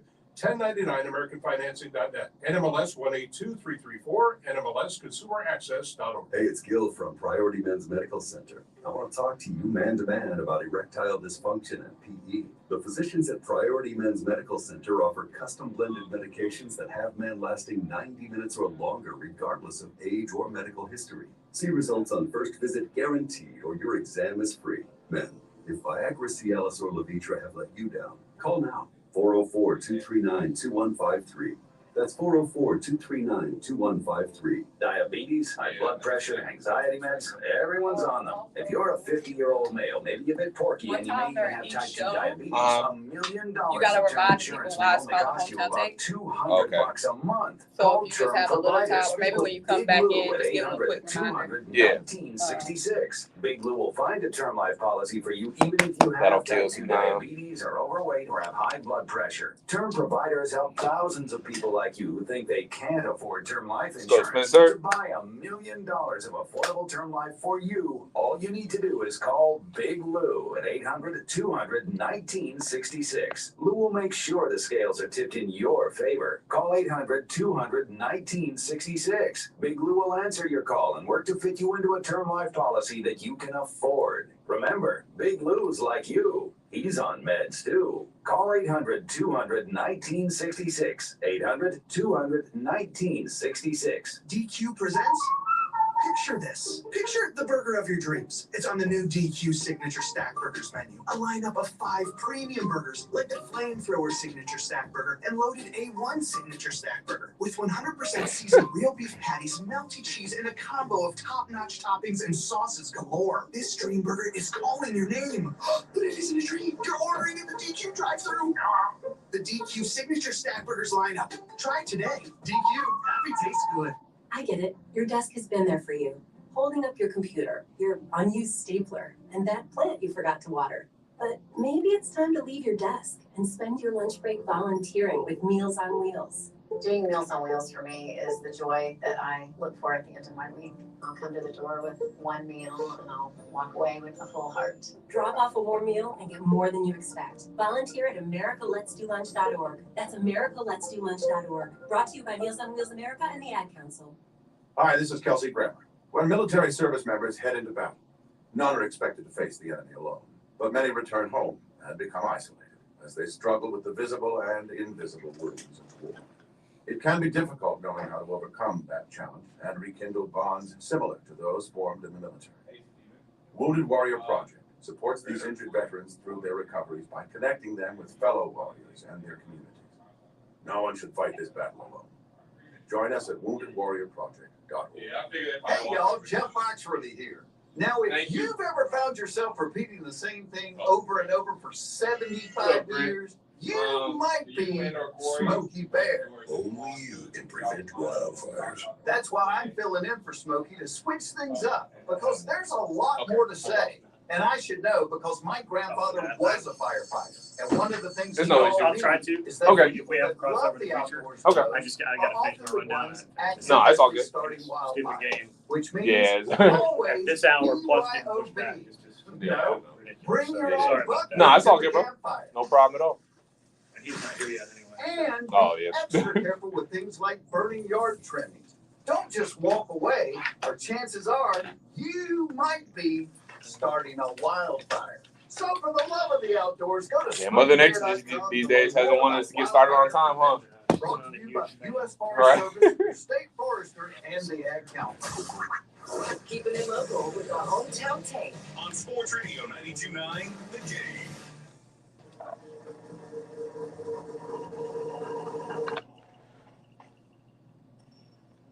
Sports Radio 92.9 The Game.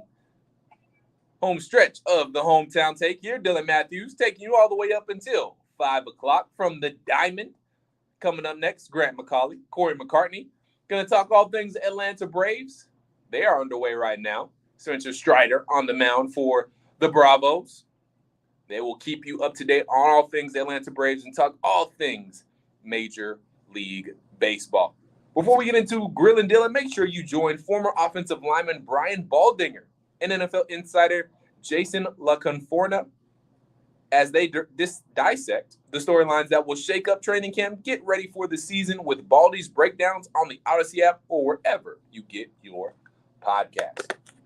You can get your hashtag Grill and Dylan questions in now, 404-741-0929.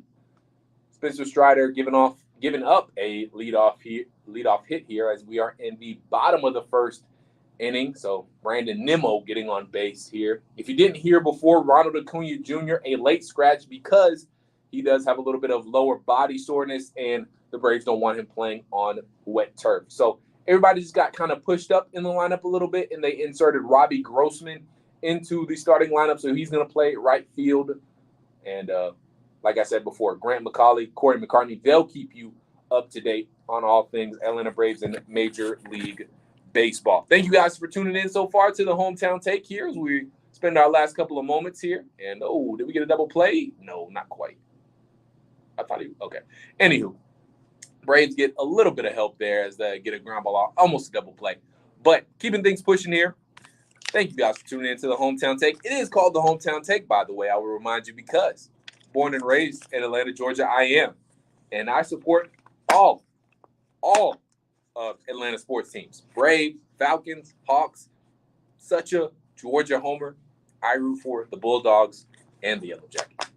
Haven't really had a conflict with that yet because Georgia Tech has been great. So there you go. But that's why it's called the Hometown Take, if you were wondering. Dom, I believe you have a Grill and Dylan question for me, man. I want you to go ahead and fire away. That's sometime beforehand, but right. Mm-hmm. Okay. Okay. Mm-hmm.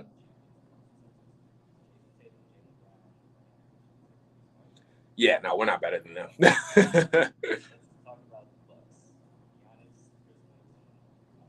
No, the past two teams that have been in the NBA Finals, we're getting closer.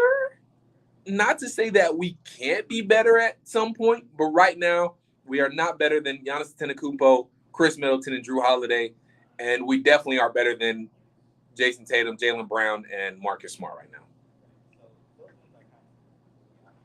Right.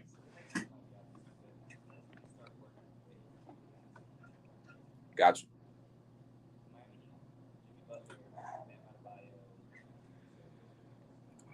That's a guy I have to put in probably. Is it Kyle Lowry or is it Tyler Hero? That's a good question. I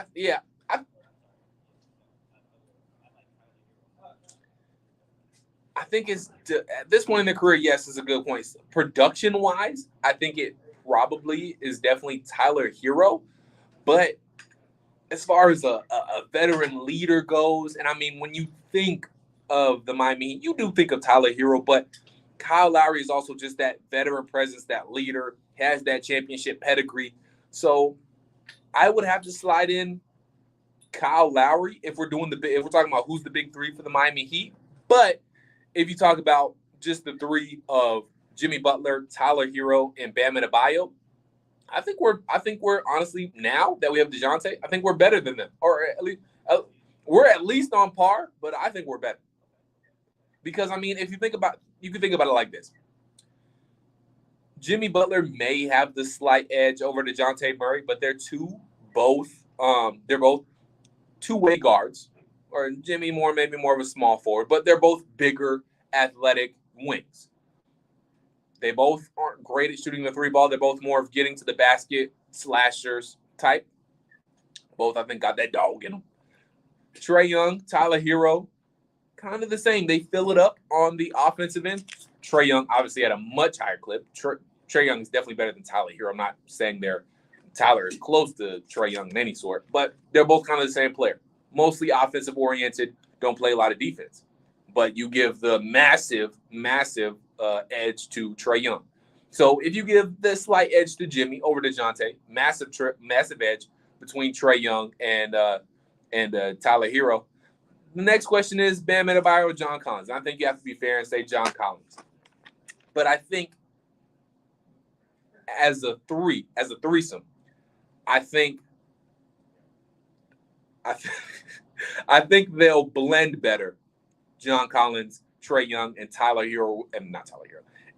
Young will. I think those three will blend better, and with their chemistry, end up being better than what Miami has right now with Jimmy Butler, Tyler Hero, and Bam Adebayo.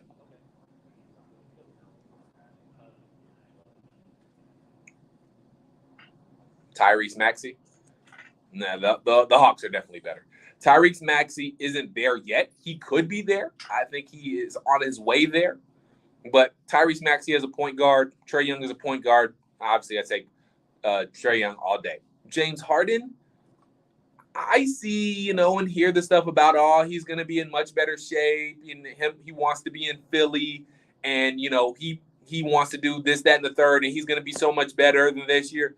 I need to see it because what I saw from James Harden last year on the Philadelphia 76ers, he was given washed. He was looking washed up. He was looking like a shell of his former Houston self. And right now, if you're talking about Tyrese Maxey, Joel Embiid, James Harden, or Trey Young, DeJounte Murray, John Collins, give me the three younger dudes and the more dynamic dudes. Now, Joel Embiid is great. He should have won MVP last year. I'm not disputing anything Joel Embiid has or will done. I don't think James Harden is the same.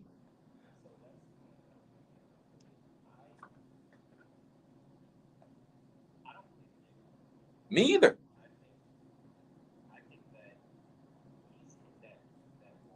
Right. Yeah. Right.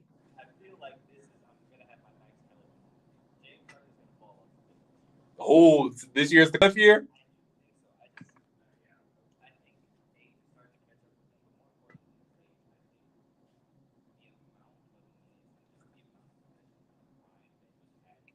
Right.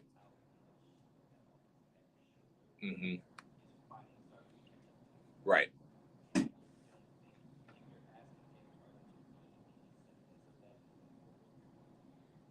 Which the Philadelphia 76ers are. Now, they don't necessarily need him to be the James Harden that he was in Houston because you have Joel Embiid. So they are taking some pressure off of him. but he still needs to be your second best option. And James Harden as your second best option isn't bad because they'll still be a good team. They'll still be a playoff team. They'll still be one of the probably top 4 teams in the East, maybe. But they aren't a championship team. And if you're asking me which bigger three I'd rather have the best big three, or the big three that can win right now and is set up for the future. And right now, that's Trae Young, DeJounte Murray, and John Collins. Younger guys who are in their prime and can do it for the next 8 to 10 years. I knew this one was coming.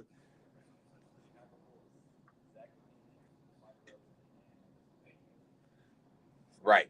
I agree with you there. It's close. But I'm going to have to bring out some of my homework. I think it's tough because it's really close. But I would still have to take my Hawks because, quite frankly, and I know every NBA game is different. And, if it was a series, it could be different. But quite frankly, Dom, we beat y'all last year without DeJounte Murray. And y'all did have y'all big three. It was only one game, but now we got DeJounte Murray added in that mix.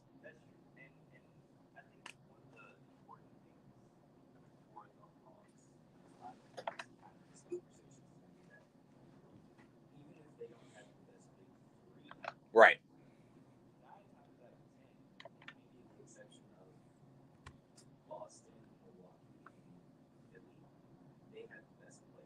Yes.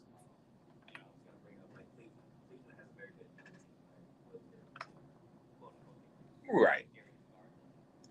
Jared Allen and Evan Mobley.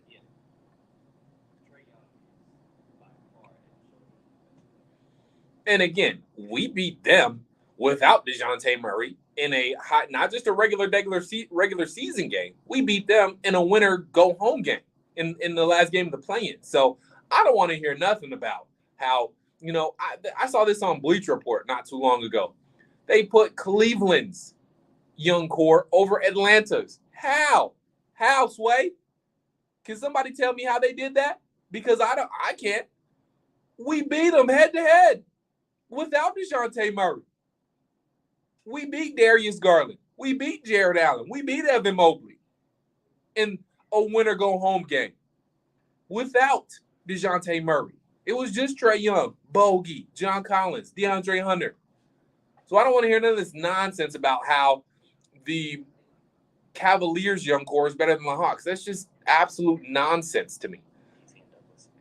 All right, we got DT and Douglas. Is that it? DT, what's going on, man? What's your Grill and Dylan question, man? Appreciate you calling in. Yeah, man.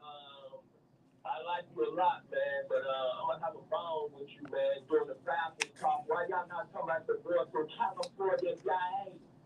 The city of Compton, Drake London, out of USC. Okay.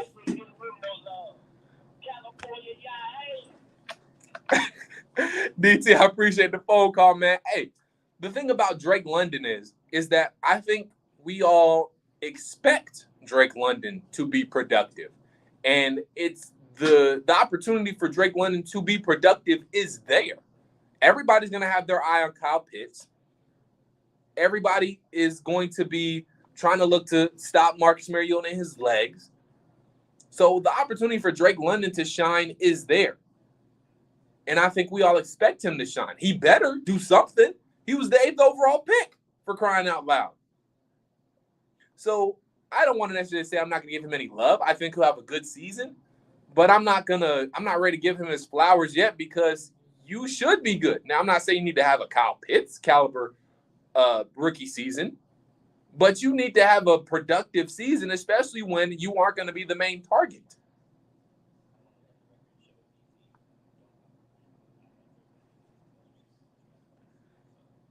And I hope he is the best receiver in this draft class because that means the Falcons got a very good wide receiver. But I'm not ready to just sing the praises of Drake London yet because he hasn't done anything. He was the 8th overall pick. He should do something, DT. I better be singing his praises soon, but I ain't ready to do that yet because he ain't done squat yet. And he was the 8th overall pick. Do I think he will be good? Yes. He should be good. So that's the reason I've really given Drake London a love, is because I think we all know what we expect out of Drake London. We expect him to catch some touchdowns. We expect him to go up and get some 50-50 balls. We expect him to make life a little bit easier for Marcus Mariota or maybe Desmond Ridder. They don't have to be quite as accurate because Drake London has that big catch radius. So I'm just not ready to spew any love out yet because I want to see what he's going to do, and I want to see if he's going to live up to the hype. I think he will. I think he'll be fine. But he has a great opportunity here. He's not going to be the first option, so pressure is going to be there, but not that much pressure. So that's why I ain't singing Drake London's praises quite yet. I want to see what the young fella going to do first. And I want to see what the Atlanta Braves are going to do thus far. Spencer Strider in a little bit of trouble. 2 on, only 1 out, and Pete Alonso at the plate. And nearly threw a ball away. Spencer Strider almost threw one away trying to pick off Starling Marte at second. But, guys, that is it for this edition of the Hometown Take. Thank you guys so much for rocking with me here on a Sunday afternoon. Grant McCauley, Corey McCartney coming up next. They will keep you updated on what the Atlanta Braves do and if they can salvage this series against the New York Mets and keep themselves within arm's distance and striking distance against the New York Mets. And guys, remember, you can listen to every Falcons game along with all the music and news that Atlanta needs right here on the Odyssey app. And you can listen to me again next week, the Hometown Take. All right, here on Sports Radio 92.9 The Game. But coming up next, all things Atlanta Braves, all things Major League Baseball with From the Diamond, Grant McCauley, Corey McCartney. They're coming up next here on Sports Radio 92.9 The Game and the Odyssey app. Big